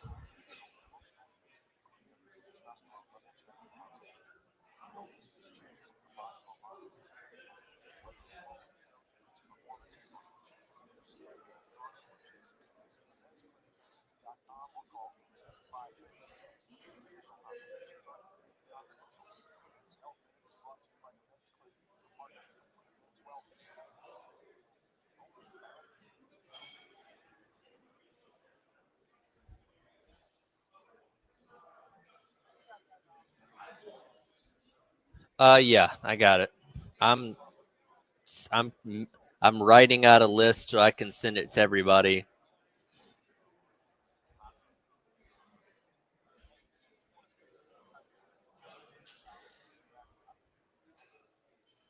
Yeah, that's fine. Hold on. I gotta read over everything here.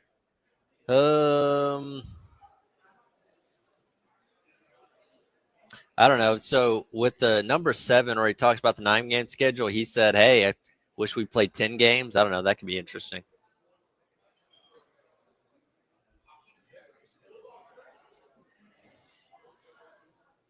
Okay.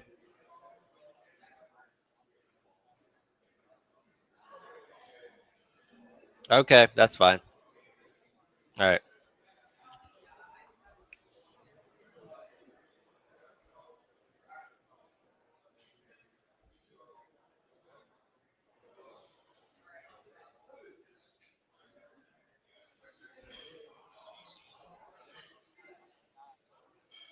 All right.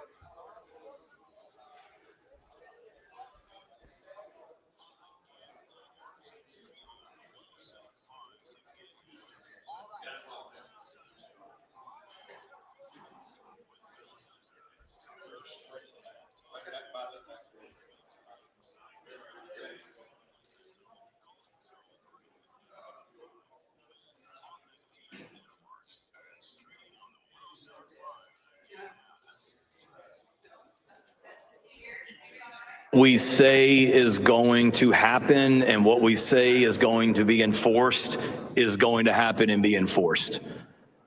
Because for all the talk out there about what's new stuff and this and that, if there's no teeth to it, it doesn't matter. It's just going to continue to be. And what has been implemented with rev share and the clearinghouse and all that, I see other conferences talking about the negatives about it already. Like, let's give this thing time to work and develop, and let's see what it is, and not all of a sudden say, well, it's not going to work and this and that. And I was in DC earlier this year talking about the need for national legislation. So I've been talking a lot about this, but something uniform that has some teeth to it, where it is what it's supposed to be. And if somebody's not doing what they're supposed to be doing, it's going to be enforced and there's going to be repercussions. And if you have that, and not trying to take anything away from the players, but let's just let this thing be what it's supposed to be, and see what happens, if that makes sense. Those are the words of Shane Beamer earlier. I'm sorry, I stutter. We will actually have, I forgot about this because we've had so much going on, Tyler, but it looks like, I forgot about this, Tamarian Watkins, something we talked a lot about last week, appears to be setting up his commitment. There's a live stream for it, and I'm sorry, right as I was clicking on it, right as it is starting to happen here, and I'll keep you updated on that. A big recruit out of Northwestern High School, out of the Rock Hill area, and so we'll keep you updated on that. That'll likely be coming in the next 20 to 25 minutes, and we'll keep you updated on that. But what we entered with there was the voice of Shane Beamer talking about rev share and everything, because Tyler, we open with that because I got a feeling that's going to be the discussion you have to hear this week over and over and over. Yeah, unfortunately, these past couple of years, we know that the headlines of college football in the offseason are dominated by things happening in the courtroom and happening on Capitol Hill and all those kind of things. And Beamer is somebody that's kind of been at the forefront of all that and going and speaking up there himself. So, that's always something that he's not going to be afraid to talk about. And again, that's why we love counting down to the season getting here, because we're sick of talking about these kind of things, waiting for the football to actually start. But again, we're in a big changing time in college football, and revenue sharing obviously kicked in 2 weeks ago now, and we'll see how much that affects the product on the field coming up this fall, if any at all. But Coach Beamer's been adamant about South Carolina being in a good position to put themselves at the top of that spending category, as most other teams in the SEC are going to be able to, because if you don't have the money to compete, you're not going to be able to. And again, from all that we've heard, it seems like South Carolina is in good shape as we enter revenue sharing year number 1. No, and you know what?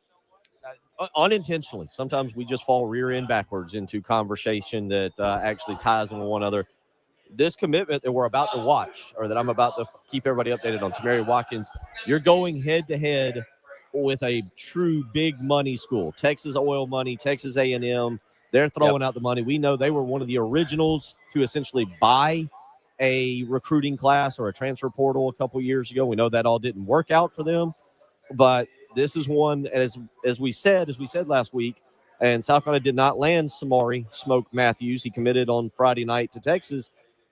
This is one of those things. You lose 2 recruits that are essentially in your state. I know Charlotte is not South Carolina. Huff High School is not South Carolina. I got that. But this is essentially in your recruiting footprint, and you lose 2 guys who were important members, 2 key prospects, and you lose them to the 2 big schools in Texas. That's not just because Texas is a national championship caliber team and has everything great. That's money. Texas A&M, that's money. There's no reason right now a kid that's an in-state prospect that South Carolina's recruited for years would necessarily choose Texas A&M instead of South Carolina. I know Texas A&M's got a more prestigious school and everything, but that's money right there.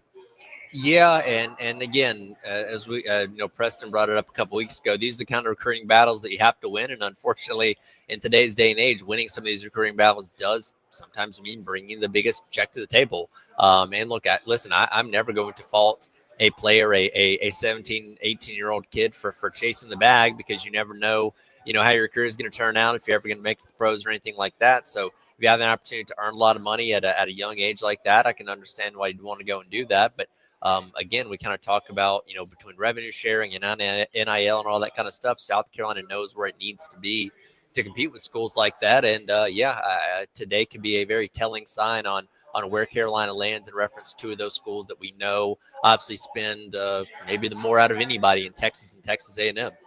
So we will we'll monitor that. I believe this is set for about 2:30, and it's 2:05. Actually, they are right now. I believe that is the coach. It's not exactly what I would call the best video, and I'm not listening to it, but it does appear that they are right now doing the ceremony. So we'll keep you updated, because this is an important recruitment for South Carolina. This is a guy, Tamarion Watkins. I've spoke with people. He did have some NIL demands. I'll give you an example, Tyler. This is, again, Wes and Chris. I know Wes is on vacation this week, but Wes and Chris can maybe speak more to this. I know some of the NIL demands that Tamarion Watkins wanted caused Georgia to back off a little bit. Georgia was thought to be the school to really follow, and now Tamarion Watkins appears to have the microphone, and I'll give an update here just as soon as he makes his announcement on I believe this is on Instagram or on some kind of video. I'm very good at knowing now. I'm so old. So if you look at the prognostications, I mean, the crystal ball hasn't gone to South Carolina, so perhaps there might be a late push from A&M or something along those lines. But I guess we'll find out here in a couple seconds. But that would obviously be another big addition to what's been a pretty strong 2024 class as well, if Carolina is able to land him here in a couple minutes. Yeah, South Carolina, the class is very small. The way recruiting numbers work, if you got a small class, it does not favor you. But South Carolina's South Carolina's recruiting ranking or whatever you said, the average recruit, the grade of the recruit is a top 10 class. The class, though, however, very, very small at this point, and this would bolster. So we'll see. He is, again, I'm watching it. I'm not listening to it, and I'm trying to give a play-by-play, and I'm not 100% sure what is happening. But as soon as he puts just keep a lookout for the hats. that's what I'm looking at. Hats. There's two hats, and one is A&M is close. If I'm doing a breakdown of what I'm watching for all you folks out there who are actually working, the A&M hat is closer to him than the South Carolina hat. So the rule with those things is which hat looks like it's already been worn before, because that's the rule. Is a lot of times the committed hat is the one that's been worn a little bit. The other hat is one that maybe looks like they literally just bought it on the way to the commitment ceremony. The angle on this, I can't quite see the bill of the hat. If I'm making a wildly reckless speculation, reckless on a very bad angle, it would appear that the Texas A&M hat has not been worn. It would appear the South Carolina hat has kind of have an angle to it, like you've bent the bill of the hat a little bit. Okay. That's an awful analytical take on my part. It is. It will have no bearing. We'll keep you updated on this as we go through the afternoon here. 803-404-6100. Again, Shane, Greg Sankey talked. Your biggest takeaway, Tyler Head, on Greg Sankey. Greg Sankey is still committed to moving the SEC forward and making as much money as humanly possible. You listen to some of the stuff that he said this morning about expanding the NCAA men's and women's basketball tournaments. Guess what? That would make more money. Opening up the college football playoff to potentially 16 teams. Guess what? That would make more money. On and on. Apparently, there's a chicken company that's now the official chicken of the SEC. Guess what? That makes you more money. So, as frustrated as we can be with commissioners like Sankey that aren't obviously looking out for the greater health of the entire sport, they're making their conferences and the university's money, which at the end of the day is exactly what they were hired to do.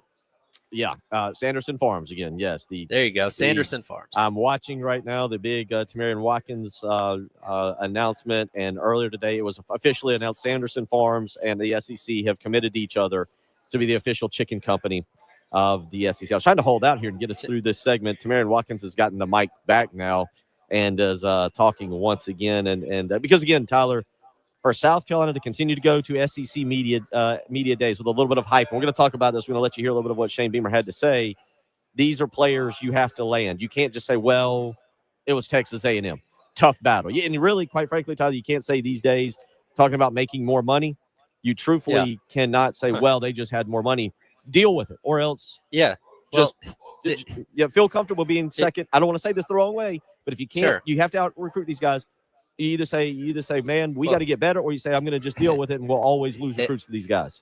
And Bill, you covered recruiting long before NIL was the thing. And, whenever you lost a recruit to somebody, say, well, they just paid him a bag of money under the table. And that was the way that we all coped with it, right? Saying, well, they're cheating. They're doing something they're not supposed to be doing, or else to become a mouse school. And now it's like, well, now everybody gets paid. So, you better pony up the dough if you want some of these high-profile guys. So we'll see. I'll try and keep you. I feel like we go to break, but now the microphone's been handed back to somebody. I don't know what's going on after this commitment. We'll see. Mom's got to talk. Principal's got to talk. Coaches got to talk. Athletic director.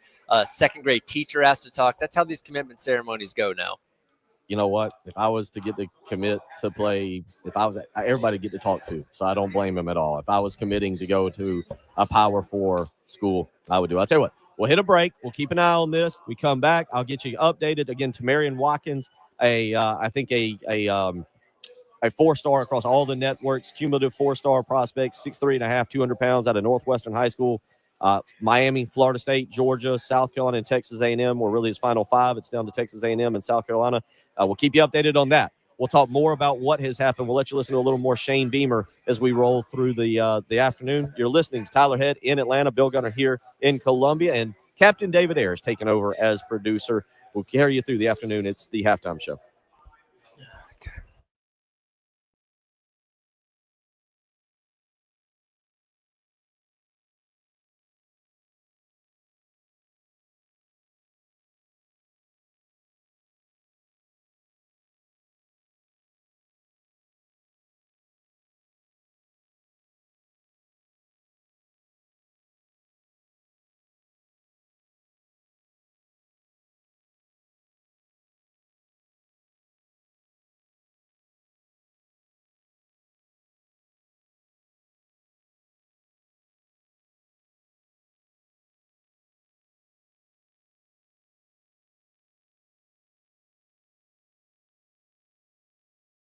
not only is Tyler Head, but is the one and only.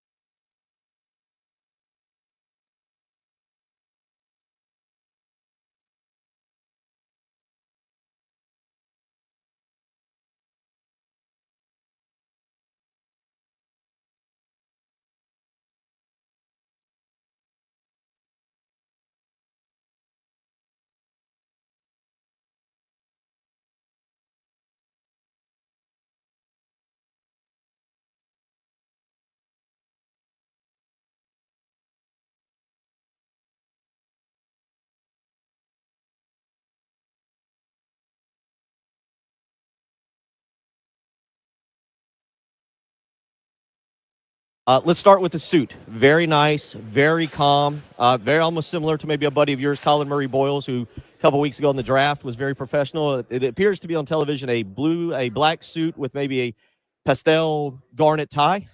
Yes, sir. Yes, sir. Well, give us a little breakdown on that. Did you choose that? Does the university hand it to? Does mom come up and make some recommendations? How do we arrive at this what is it? What do you kids call it? The drip these days? Yeah. So I had a couple in my closet, but I knew what tie I wanted. I wanted a tie that was kind of like this design, but Gamecock colors. And I mean, it was kind of rough to find it. But then I found one in Florence at Butler's, which is Mark Butler's store in Florence. He's a suit store in Florence. And then it was like I had a between.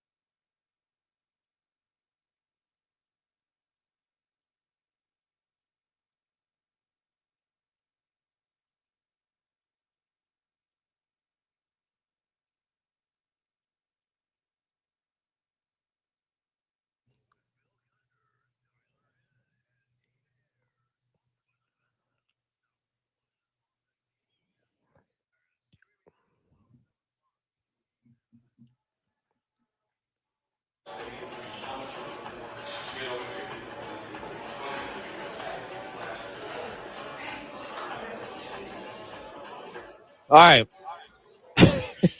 Tyler, you called it right. There's 5 people sitting at the table with Tamarian Watkins. Are you watching this now? Have you? I'm not. Are we still talking? Is that what we're doing? All 5. Tamarian Watkins, safety out of Texas A&M, is set to make his commit. I think he's still looking around to see if anybody else wants to talk. He has had all the family has talked. I think he just I'm serious about what I'm saying. I'm watching the link on Gamecock Central, and you can go there and you can check it out. And I think he is actually, all right, here comes the commitment. Now, I will say 3 hats have bent bills. 1 does not have a bent bill. One of them has a flat bill. Okay. But you can't tell what's what? No, I can now because Chris Miller, who does the Saturday pre- and post-game show, has posted a picture from right on. Georgia, South Carolina, and Miami all have bent bills. Florida, Texas A&M has a flat bill. Okay. That does not. That I got to admit, you're right. And if you're wondering what we're talking about again, let me repeat this. It is Tamarian Watkins, 4-star safety out of Northwestern High School in Rock Hill, is currently having a conference, a press conference, a ceremony to make his commitment. I have turned the volume off on my computer, so I have no idea what he is saying now, but it appears he is closing in on it. And as soon as he does he, here's the question. Does he burn a bridge and grab a hat and then throw it to the floor? That seems to be a common trend these days, and I can't confirm this because I haven't bought the new game yet. I think I saw in the new college football video game you can do that at your commit ceremony, apparently, that you can grab a hat and toss it and put on a different one. So, I mean, life imitates art, I guess. Yeah, I will see. Also, my son came into my room the other day and was like, hey, Dad, on football, did you know I can decommit? Like, yeah. Very, very well aware of that. Now, we'll admit. From your days of covering recruiting on the beat, what is the most ridiculous or drawn out recruiting ceremony you've ever witnessed in person? One of the craziest, if people remember it, unfortunately, he kept injuring his knee. Shaq Davidson from Gaffney High School was a wide receiver that committed to South Carolina. He did the ceremony with his good friend and an elite basketball recruit, L.J. Peak. And Shaq Davidson commits to South Carolina. Everybody was kind of the assumption L.J. Peak would end up committing to the feeling was either Florida State or South Carolina. South Carolina had kind of made a late move under Frank Martin. And there had been a lot of momentum. And it turned out that L.J. Peak chose Georgetown, and the way he did it was put on the South Carolina hat, throw it to the ground, and then put on Georgetown. And at that point, in my life, Tyler, I was not doing very much radio. I was doing more recruiting, and L.J. Peak took the hat off and threw it and picked up the Georgetown hat. And I actually had, and I don't remember who the head coach was. I actually had the assistant call me to confirm. The assistant at Georgetown called me to confirm that L.J. Peak had picked Georgetown. They had no idea. Wow. See, and I feel like especially if you're committing with your friend and your friend commits to South Carolina, I don't know why you'd want to immediately do the disrespect thing and toss the hat. Like, if you want to commit to Georgetown, that's fine, but just be straight up about it. It was the fact that Shaq Davidson had committed to South Carolina, then followed up by the kind of disparaging move. I mean, because it wasn't just. I will give L.J. Peak a 5 out of 5 for hat toss distance at that moment. I remember taking, again, at that time, I knew several coaches at Georgetown. I believe it was Kevin Nickelberry, who was the guy who called me and was like, wait, did he just choose us? And we're like, yeah. And he goes, we hadn't talked to him in like a week and a half. And by the way, Tamarian Watkins has now indeed grabbed, we'll see if it stays on. He has grabbed the flat-billed Texas A&M hat, and a cousin has just held up a Texas A&M shirt. And so South Carolina has, and now the family is removing gear to show that they are all in on Texas. Bill, I think he's going to Texas A&M. Are you watching it now? Yeah, there's. No, but just the way you laid it out, I think that sounds like he's probably going to be an Aggie. You don't know what these things. I mean, there's a long way to go. There's a lot happening today, obviously, for us with Shane Beamer talking, with Greg Sankey talking. Phenomenal interview last hour. David Ayers working on getting that up with Lenora Sellers. This is money. It's money. He chose. Look, there's nothing wrong with Texas A&M. It's not like he chose Georgia Tech or Mississippi State or Kansas or somebody like that who you would, if a South Carolina fan would look at and be like, why are you going there? Texas A&M is a good football program. Mike Elko is a very good defensive coach. But if you followed this recruitment, if you followed what has occurred, this is a a guy in the state of South Carolina that really for a long time most people thought it was South Carolina and Georgia. He is elected to go to Texas A&M and has just made his commitment official. And I believe now, Tyler, we have to go the other direction when a player has a hat. And by the way, Gamecock Central has now cut the live stream off. Yeah, not much more reason for them to keep this one going. No, but for those of you out there following recruiting, and Tyler, we said 3 big recruits: Samari Matthews out of Charlotte, Tamarian Watkins out of Northwestern, Landon Duckworth will make an announcement on Friday. Needed to really get 2 out of the 3. Doesn't mean you can't flip them. It doesn't mean what it used to. A kid can go out there and go, "Whew, this is a far away from home," and enter the transfer portal. But this is another blow in a recruiting class that you hoped to really build on after a 9-4 season. Yeah, and when you look at the the star ratings for most of the guys in this class, mainly 4-star guys, those are obviously good. But from like a number standpoint, I think you're at still like 10 commits as of right now. Yeah. We'll see how this continues to grow. 803-404-6100 if you want to weigh in. As let you hear, Captain Dave, a little bit from what Shane Beamer had to say earlier. As Beamer making his media rounds there in the big room as well as around the local media. There's a lot of stuff in there, and let's let you hear a little bit here from Shane Beamer. If you'll play clip number 2 from earlier, I apologize. Clip number 2. Knows one, this is home, and he has everything that he needs here to be successful. And not to get into his business, we didn't have a lot of in-depth conversations in regards to hey man, I really want you to stay, and are you leaving? I don't know if we had that conversation because maybe I was naive, but I knew he loved it here. And he's coming off a season as a starting quarterback where he wins 9 games. He's playing as well as any quarterback in the country at the end of last season. He's coming back on a really good team, and he loves being here. Like, why the hell would you leave? And excuse my language, but I know money's an aspect of it, but it's also don't mess with happiness either. And he's got a great situation here. We are what we said in recruiting is who we are, and he knows that everything that he wants to accomplish, he can here at South Carolina on and off the field. He's doing great academically. He's doing an internship this summer with a construction company for his major, and he's taken the next step football wise.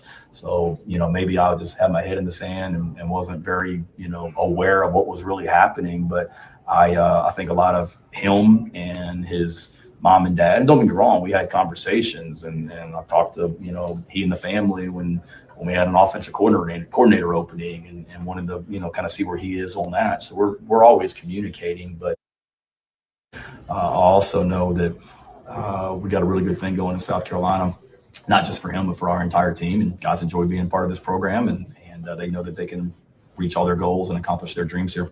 All right, thank you.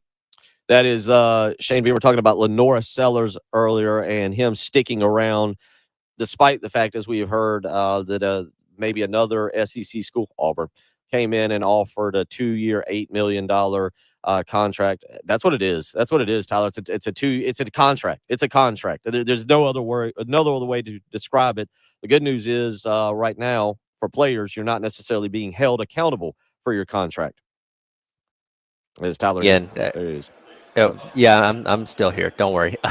Again, I think we should just go ahead and call this professional sports because that's where we're at. They're signing contracts, huge money deals, all those kind of things. And again, that shows you again what what it means to be at South Carolina for Lenora Sellers, and that his commitment never seemed to waver here. And obviously got a good situation going into what could be his final year of college if he plays well enough to springboard him into the NFL. And we'll see what happens, but yeah, he's got a lot of things going for him here. And again, when you compare things to Auburn, there's way more uncertainty there than there is at South Carolina. So it's not like he'd be walking into a situation that's, ready to go win a national championship or something, even if he went out to the Plains. So I think he's just fine here, and hopefully leads South Carolina to a lot more success this upcoming season. When we come back, another guy that has been very, very loyal to the program, DQ Smith, a guy that nobody really thought much of when he came in. Ended up starting essentially from day one. Earlier, he joined Tyler and Jay on the Extra Point. We'll let you hear that whole interview and what he had to say when we come back. You're listening to the Halftime Show. Yeah, I was about to take it over. Thanks. Dave, you got that interview clipped, right?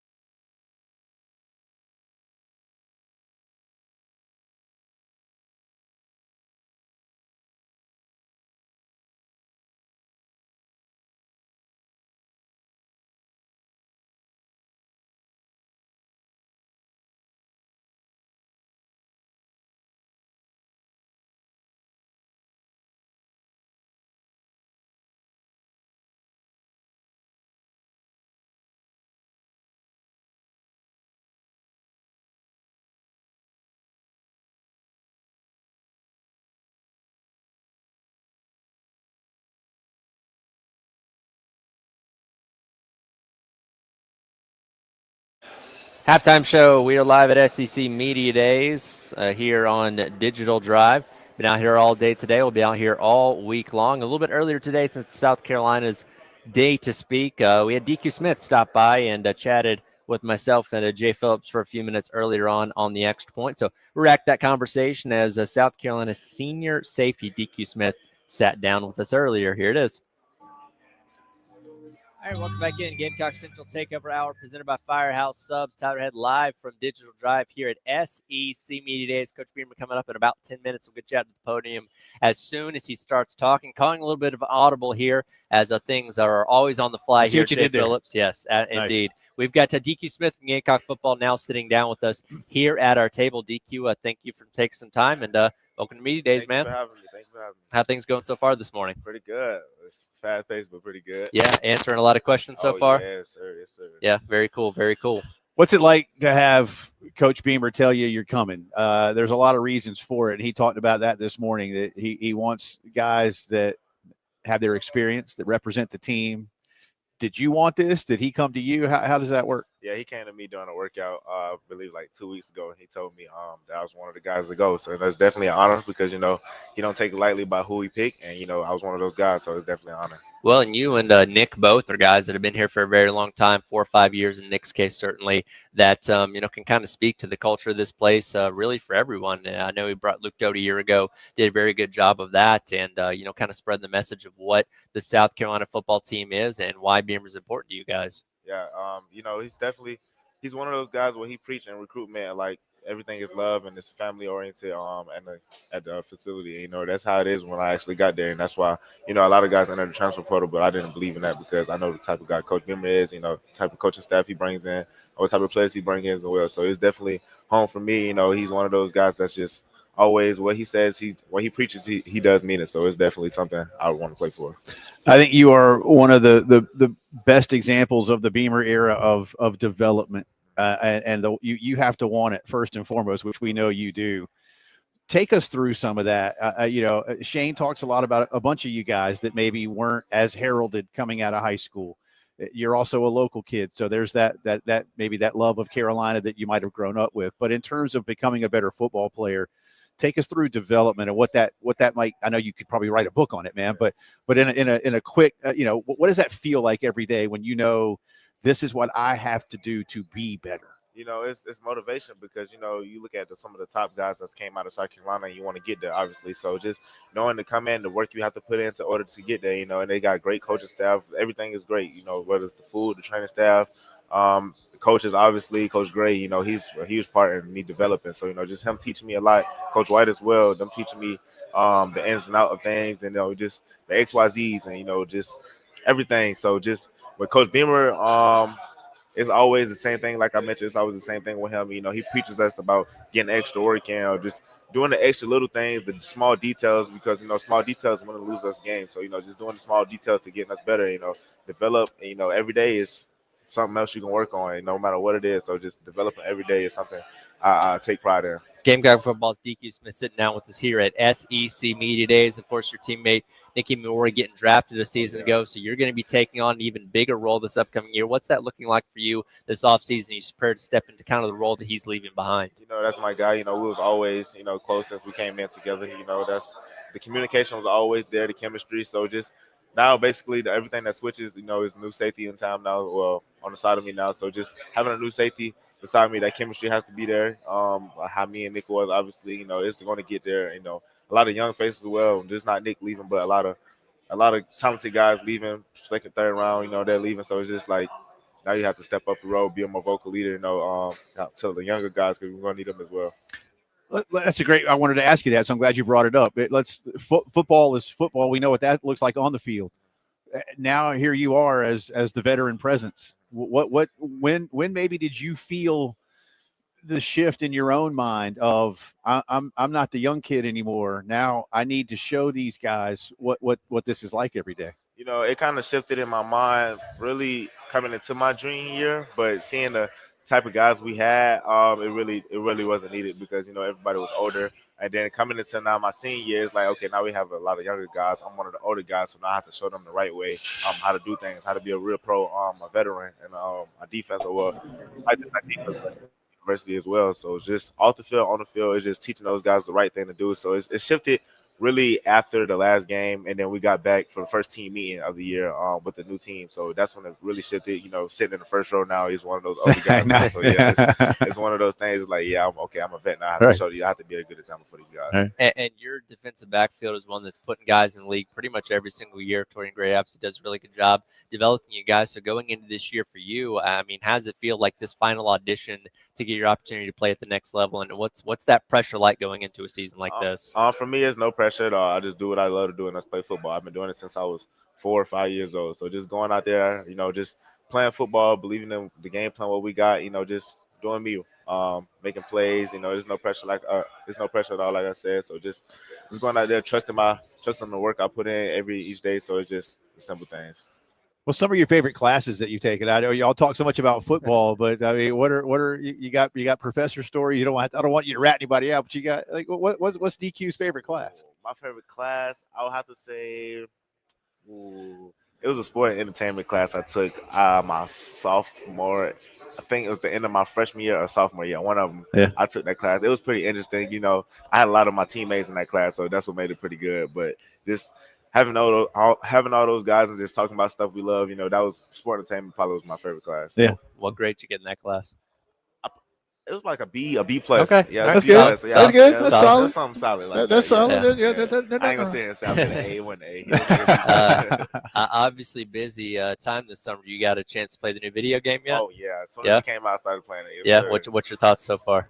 So far I love it. I Yeah. love it. I think my overall could be upped a little bit. Okay. But that's now they do tweak that in season, so the Exactly. better you play, they will kind of That's bump more those numbers motivation. up. That's more motivation for me right there, just to ball out this year. So hopefully that goes up. Yeah, it's been a great game though. Have you had a chance? I don't know if y'all got here so quick, but you start the season about a 5-minute walk away. Yeah. So yeah, we seen it. When we was pulling in, because Beamer was talking to us about it. A hotel we were living in gonna be somewhere close to here, I guess. Yeah. If not this one. So I think they have one connected to the stadium, don't they? There's a whole bunch Yeah. of them here now. Yeah, Man. so- They built a brand new nice one over there too. Yeah, so it's definitely, it's definitely gonna be an experience playing the Mercedes. So I come to Atlanta often, so just Right. seeing the stadium and finally seeing like I'm gonna be playing it in, it's Yeah. pretty awesome. It's Have a you- heck of a venue. Have you been to games inside of it No, before? I've No, never you've never been been inside. inside. Yeah, never been It's inside. a lot of bells and whistles. It's Yeah. pretty crazy. It's the best stadium I've been in. I'm serious. I'm serious. Yeah. You need to go around the corner over here. Uh-huh. There's an old. I know y'all are playing Virginia Tech, but you know where your head coach went to school, Yes. and they got the old lunch pail work ethic. You need to tell coach that you saw the lunch pail and that you want to bring that. You want to bring it. Lunch See what pail? there's like a little beat Yeah. up it's like Okay. but it's like it was I guess Virginia Tech used it a lot Yeah, to it's like- motivate the guys in the 90s, Okay. and it's all beat up like workers lunch pail, man. Okay. It's like a lunchbox, but it's like from the Okay. a long I got time it. That's ago. it. You're talking about the 90s. That's ancient history. Yeah, I know, man. I don't even know what a lunchbox is. Nobody else, you don't have to worry about that. But anyway, it's pretty cool. So tell them you saw it. Just go look over there. Lunch pail, I Yeah. got you. I Yeah. definitely bring Hey, it up. appreciate you coming by. Yes, Man. sir. Yeah, Thank you man. for having me. Absolutely. And have Thanks fun. so much. We'll see you soon. That's DQ Smith. Good Yeah, stuff. absolutely. DQ Smith there again. Going to play an important role in this defense coming up this season as we're kind of waiting here for Coach Beamer to take to the podium and talk about whatever he's going to talk about there down in the main room, talk to some of the national media and get us hyped for this upcoming year for South Carolina football. Should we have one more break? Waiting here for no, okay. All right, we'll wait a second here for Coach Beamer to take stage there. But again, appreciate DQ Smith coming by. Hopefully we can talk to Lenore Sellers and Nick Barrett as the afternoon rolls along, as well as, again, Carolina strongly represented here for day one of SEC Media Days. All right, that was Tyler trying to wrap up after that. Apologize, Tyler. Kevin Dave and I are in here playing tic-tac-toe, and he went to 3-0 against me. I struggled in that game. But your thoughts from what DQ Smith says. One thing is I was listening to you. I almost texted you. I didn't want to harass you during your segment. All good. If he carries that swagger, does he have to carry? Does he have to now boost that swagger that we have seen? Nick Eamon-Warry brought it. Normally, one of the kind of little defensive backs will bring it. I think most South Carolina fans will always think back to DJ Swearinger. Sure. Does DQ Smith have to bring that this year?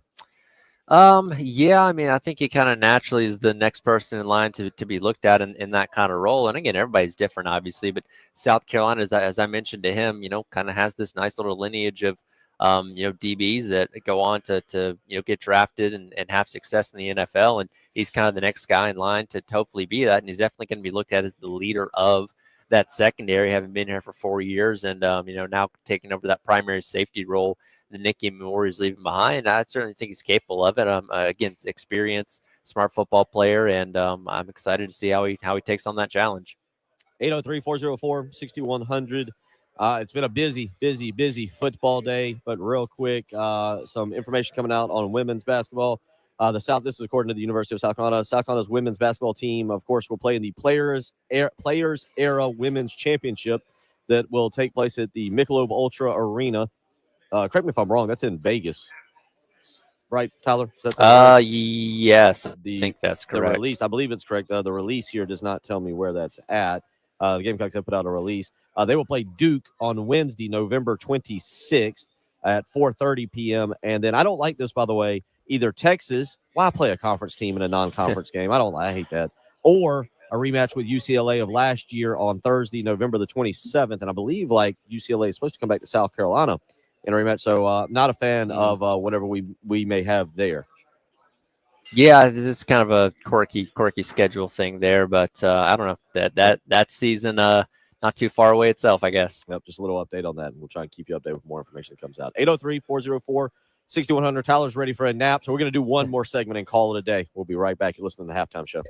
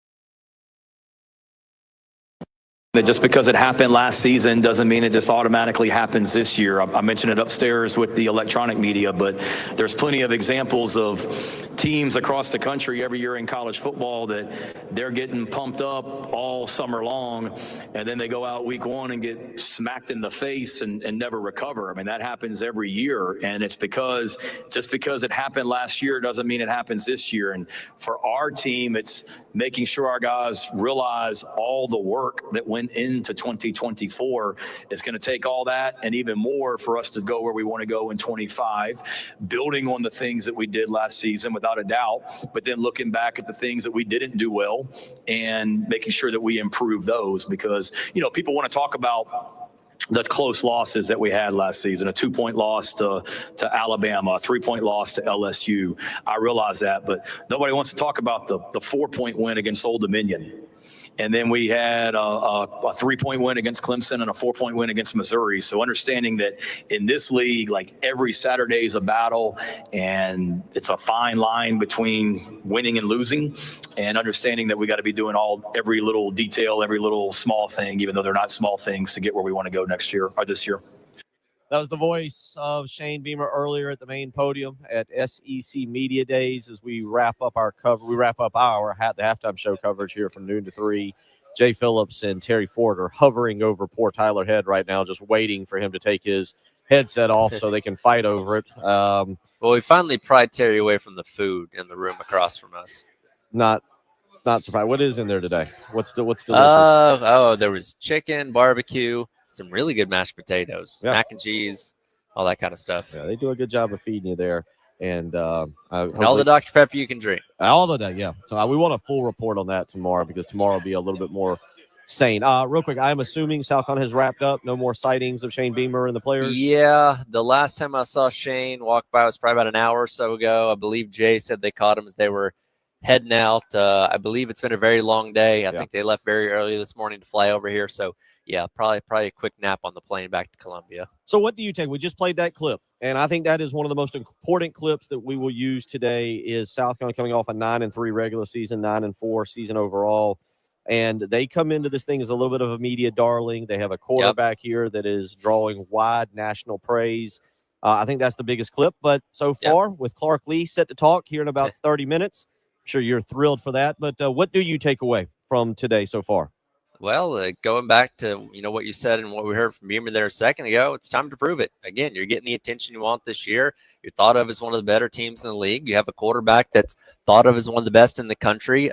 You got several guys throughout, our offense and defense that are going to turn a lot of heads, and now you got to go out there and back it up. Again, people want to believe in you for what you did a season ago, but if you go 5-7 again, they'll stop caring. So you got to keep people engaged and intrigued by what the South Carolina team is, and you certainly have the ability to do that. Not going to be easy. Plenty of tough road games. We talked about a little bit earlier on, and the challenges they have ahead. And if you can back up a 9-3 with another 9-3, even better season, that I think people start looking at this team like, okay, this is going to become a regular thing. This is who they are, not just a team that has a flash in the pan, good season every 4 to 5 years. They're going to be consistent contenders, and then hopefully taking that next step forward to being in that upper echelon of the conference they're not quite to yet. I mean, we've talked about it. I think we've raised a good question in terms of what is pressure and what is pressure that Shane Beamer is facing. He is now not facing pressure for his job. He's not facing pressure from money. He is facing pressure now, in my opinion, to take this program the next step and to not just have, as you said, 8 wins. That's incredible. Wait, 5 wins. That's not good. 9. That's great. That's the big thing for this year. Tyler, before we let you out of here, I know that it's been a long day. No kidding. Your big picture impression for people that are listening on the radio now and wondering, what's it like? What has your day been like so far? Chaotic, and I've spent most of the day sitting in this one seat, so I still got a lot more stuff to do once I turn it over to Jay and Terry, but fun. I mean, obviously, again, it's a who's who of any personality on radio, TV, podcast, whatever. You can see him walking around here. I'm watching the SEC Network over our shoulder here down there in the main room, and it's just a cool environment. I'm happy to be here, excited to be here, and hopefully it's going to be a very fun week. Has it lived up to everything you anticipated through day one? So far, again, I guess I didn't know fully what to expect in terms of everything, but it's been a fun day so far, and looking forward to tomorrow. Folks, we got coverage all week for you. Now, tomorrow we'll slow it down a little bit, be more analytical. We'll really go back and give you our opinions on what we heard today. Again, Clark Lee set to go here in about 30 minutes, and that'll wrap up the coaches for today. Tyler, get some rest, man. Try not to go out with Jay and Terry tonight. They're wild and crazy guys. Oh, I'm sure they are. We'll see. And I think you got a good reception coming up later on as well. Enjoy your evening. Thank you all for being with us today. We'll be back tomorrow.